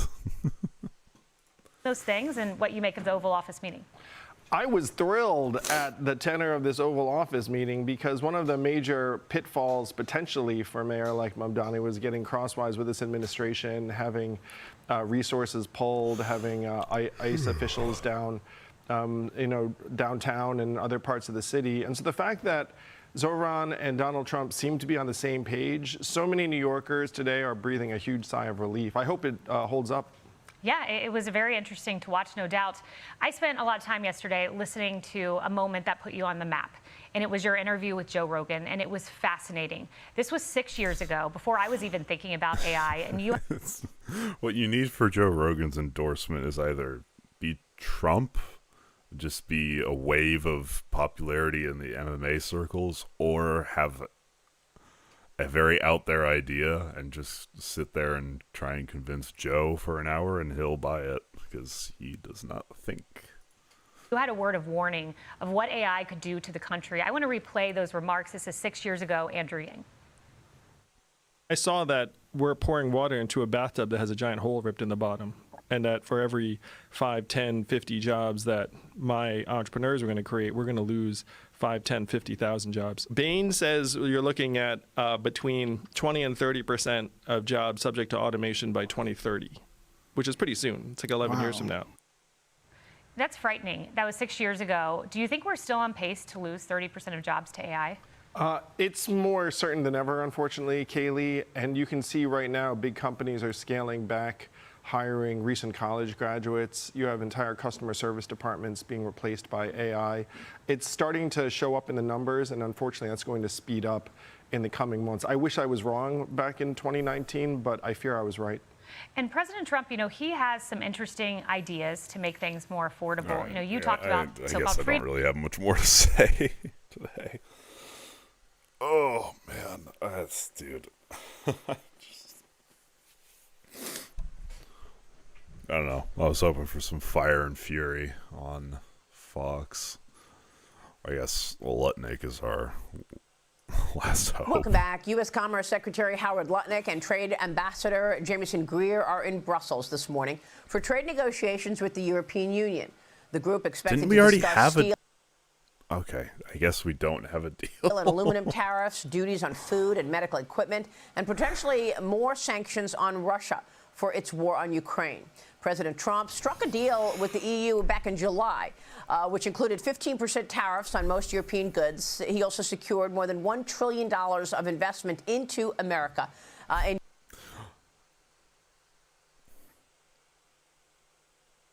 Almost 1 trillion? That's... yeah, okay. That's a really generous roundup there. To various commodities. Joining me now, live from Brussels for a Fox Business exclusive, is the Commerce Secretary, Howard Lutnick. Secretary, it's great to see you this morning. Thanks so much for being here. Great to be here in rainy Brussels. What can you tell us about the talks with the European Union, Secretary? What are you expecting? So what we've been talking about, we started delay about goes digital. crazy. The idea is that the European Union continues to make rules that only harm our big tech companies. And they're just not getting the investment that we're getting. We have company after company after company announcing $500 billion of investments in America. And here, they're getting $10 billion. So the idea is, come on, guys, embrace the ideas and the model of the Trump administration, and you'll... And what? Everyone goes protectionist? Get $1 trillion in investment here. Oh my God. No, that's not how this works at all. Global trade is mutually beneficial. Oh my God. First of all, this investment numbers, they're not real. They're just people saying shit. And even if they were, it wouldn't go into place for another 2 years.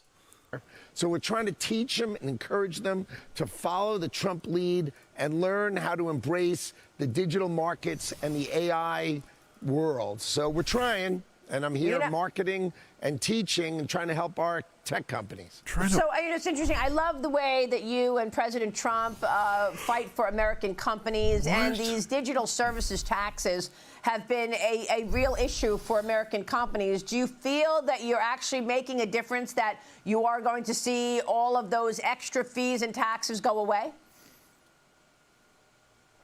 Well, the idea is if they don't make them go away, they're not going to get the investments from these tech. So what is the message here? You want them to take away these digital, essentially, tariffs or taxes, but also encourage them to follow the Trump model of tariff everyone like a fucking moron? Companies. I mean, these tech companies have the ability to change the economy of Europe. They could invest $1 trillion here.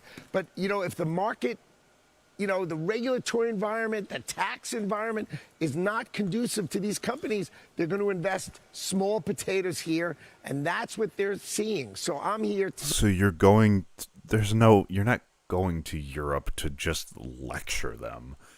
I feel like that's beneath even the Trump admin.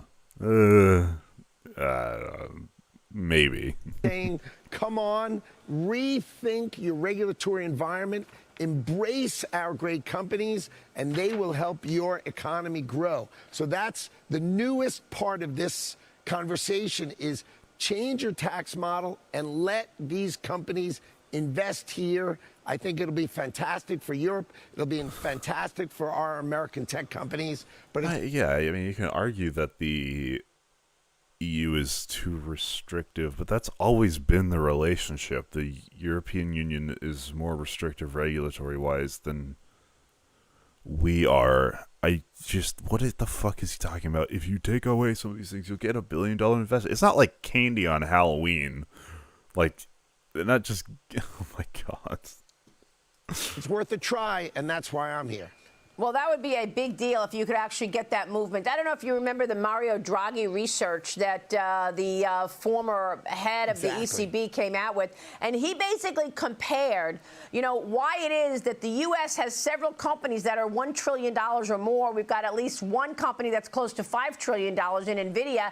And yet the amount of companies in Europe that have been able to gain market value, the highest market value is Novo Nordisk, which is about $350 billion. So why? Why can't they generate $1 trillion company the way America can? Is it regulation?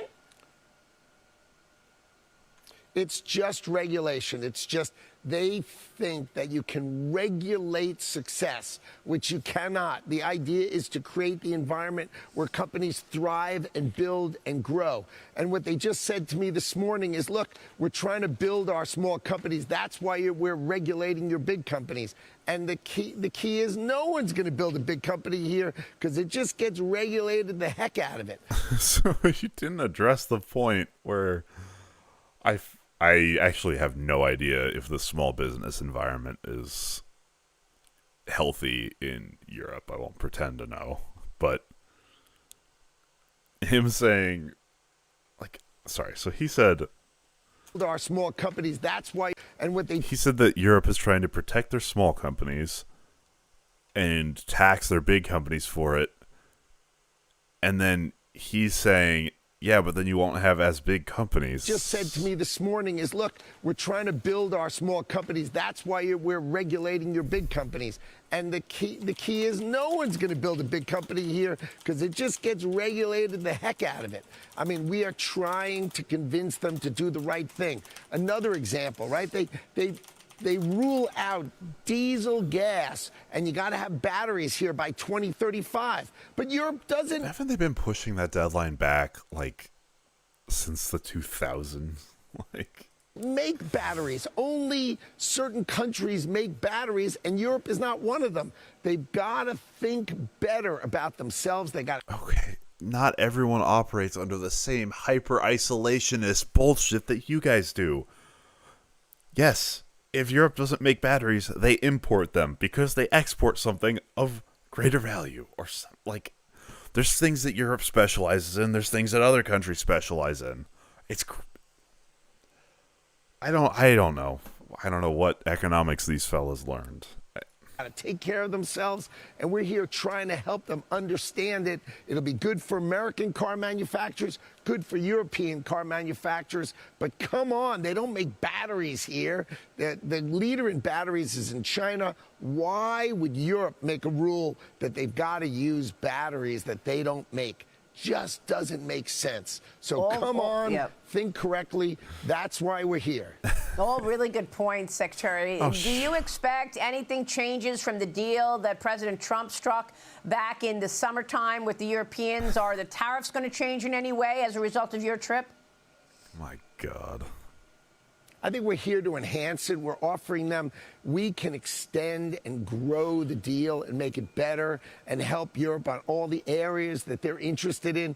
They're interested in expanding in steel, and we want the help in digital. We want the help in diesel. We want help back and forth. So I think this trade deal, which was a fantastic trade deal, can grow and change and breathe. And that's why we're here. We're giving them offers of how it can take care of them, but they've got to take care of us. These kind of trade deals breathe, and what you do is you send over your trade team to make it bigger, to make it better, and to make it stronger for us both. And that's why we're here talking about it. Me and Ambassador Greer are here, and we're talking through all the issues to make this deal ever bigger and ever stronger on the back of the amazing deal that Donald Trump set in July in Scotland. Secretary, any changes that we should expect with regard to China? Because you and your colleagues have been working hard to ensure that the free flow of rare earth minerals happens from China to the whole world, by the way, not just the United States. But we've got indications that they are pushing back again and withhold. what's going to happen is China pushes back. Trump's going to lower the tariffs another 25% or some shit like that, and he'll call it a huge win. Rare earth minerals from companies in the U.S. that are tied to the U.S. military. Do you have an update there? Well, I think the relationship between President Trump and President Xi is at the heart of this. I think these kind of things will work their way through. I think our trade team is going to work their way through. But really, it all is upon the fact that President Trump and President Xi have a good working relationship. They've decided to work these things out. And I think we're relying on that relationship is going to pound through and make sure things are balanced and reasonable between our two countries. But let's see how that goes. But I think the president's got it well in hand. All right. Meanwhile, the president has been luring all this money into America, meeting with Saudi Arabian Crown Prince Mohammed bin Salman at the White House last week, and the commitment to invest $1 trillion into America, whether it be technology, energy, defense infrastructure. The White House now approving the sale of NVIDIA's. For $21 trillion, it's been like 100, if that, thus far. Advanced AI billion, so like chips to Saudi orders Arabia's of magnitude Humane less. company and the United Arab Emirates G42 tech firm. Secretary, you and I were both at the investment summit on Wednesday. Tell me about that partnership. And do you worry that sending these very advanced chips to the Saudis will ultimately make its way to China, or do you expect we will be sending those chips to China as well?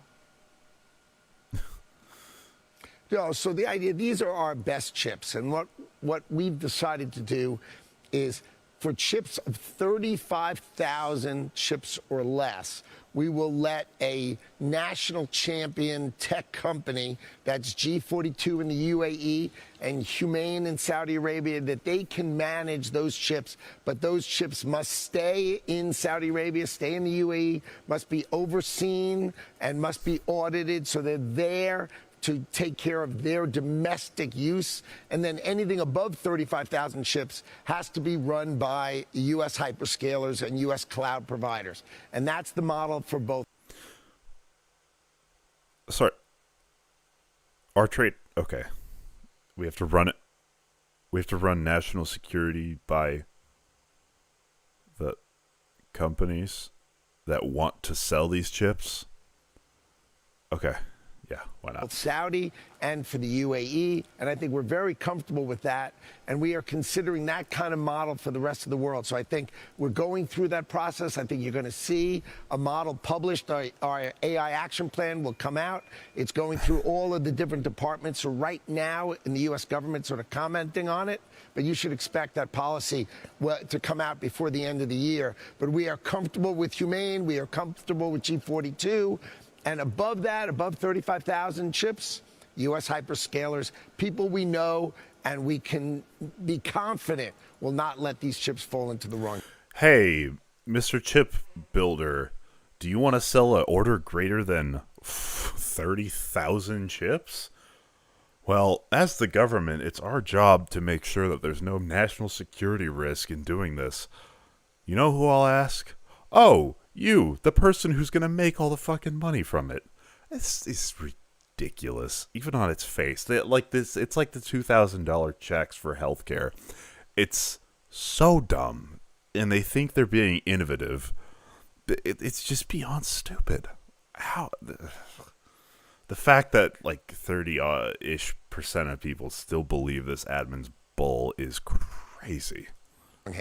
Well, I guess what I'm really getting at is China, because I know there's a massive race to win this AI race. And then, of course, we've got this soft war underway with regard to trade with the Chinese Communist Party. Do you think that there's going to be any movement in terms of President Trump allowing those chips to get to China? Who fucking knows? Well, the best part about America is we have Donald Trump in the Oval Office. He's listening to everybody. He's going to think about it. He listens to Jensen from NVIDIA, but he listens to all sorts of other executives, and they all bring these opinions together, and Donald Trump's going to decide what chips, if any, we sell to China. That's on the president's desk. He's going to decide how he wants to take care of it, And that's the benefit of having Donald Trump be the president of the United States, is he's making that decision with advice from everybody. And that's the best part about being in everyone except national security advisors. Oh my God. America. You got the best president, it's a the prank. best deal maker. He understands how he wants to play it, and we'll leave it in his hands. So we'll wait for any new developments there. The president is also working on this potential proposal to send out checks of $2,000, dividend checks. And, you know, there's an analyst I spoke with over the weekend who believes that it's unlikely unless we see a second reconciliation package passed in 2026. What's your expectation, Secretary, in terms of a second reconciliation bill or a standalone $2,000 check program to go out? Look, the tariffs are an American policy. The president wants the American people to understand how great tariffs are for them. So he's buying them off. And so one of the ways to prove to the American people how great tariffs are is to have them share in a part of 1 year's income from these tariffs. And that's $2,000 a head, as he said, for people who need the money. You know, he's going to constrain it to people who need the money. And that's exciting. So the president's got that on his desk. I know that's something he wants to achieve, and his legislative team will figure out the best way to do it. But what he's trying to do is make sure people in America understand that tariffs are their policy. It's to make... I will place a bet that under $50 billion ends up going towards paying off the debt from the tariffs. Make America stronger, and it can also benefit their pocketbook, and that is coming next year from the president. Yeah, for sure. But the Committee for a Responsible Federal Budget says that those payments will cost roughly $600 billion each round and increase the deficit by $6 trillion over a decade. The White House preparing, of course, backup plans in case the Supreme Court rules against the president. Oh, my God. $6 trillion deficit hike? No. Oh, my God. Oh, fuck no. And the emergency powers on tariffs. I want to ask you about those backup plans. So let's take a short break and come right back on the cost of the president's tariff dividend. Okay. Joining me now is Wisconsin Senator Ron We live Johnson. in hell. Senator. No, I'm kidding. Wow. All right. Well, that's all I can take for today. I hope you all have a good one.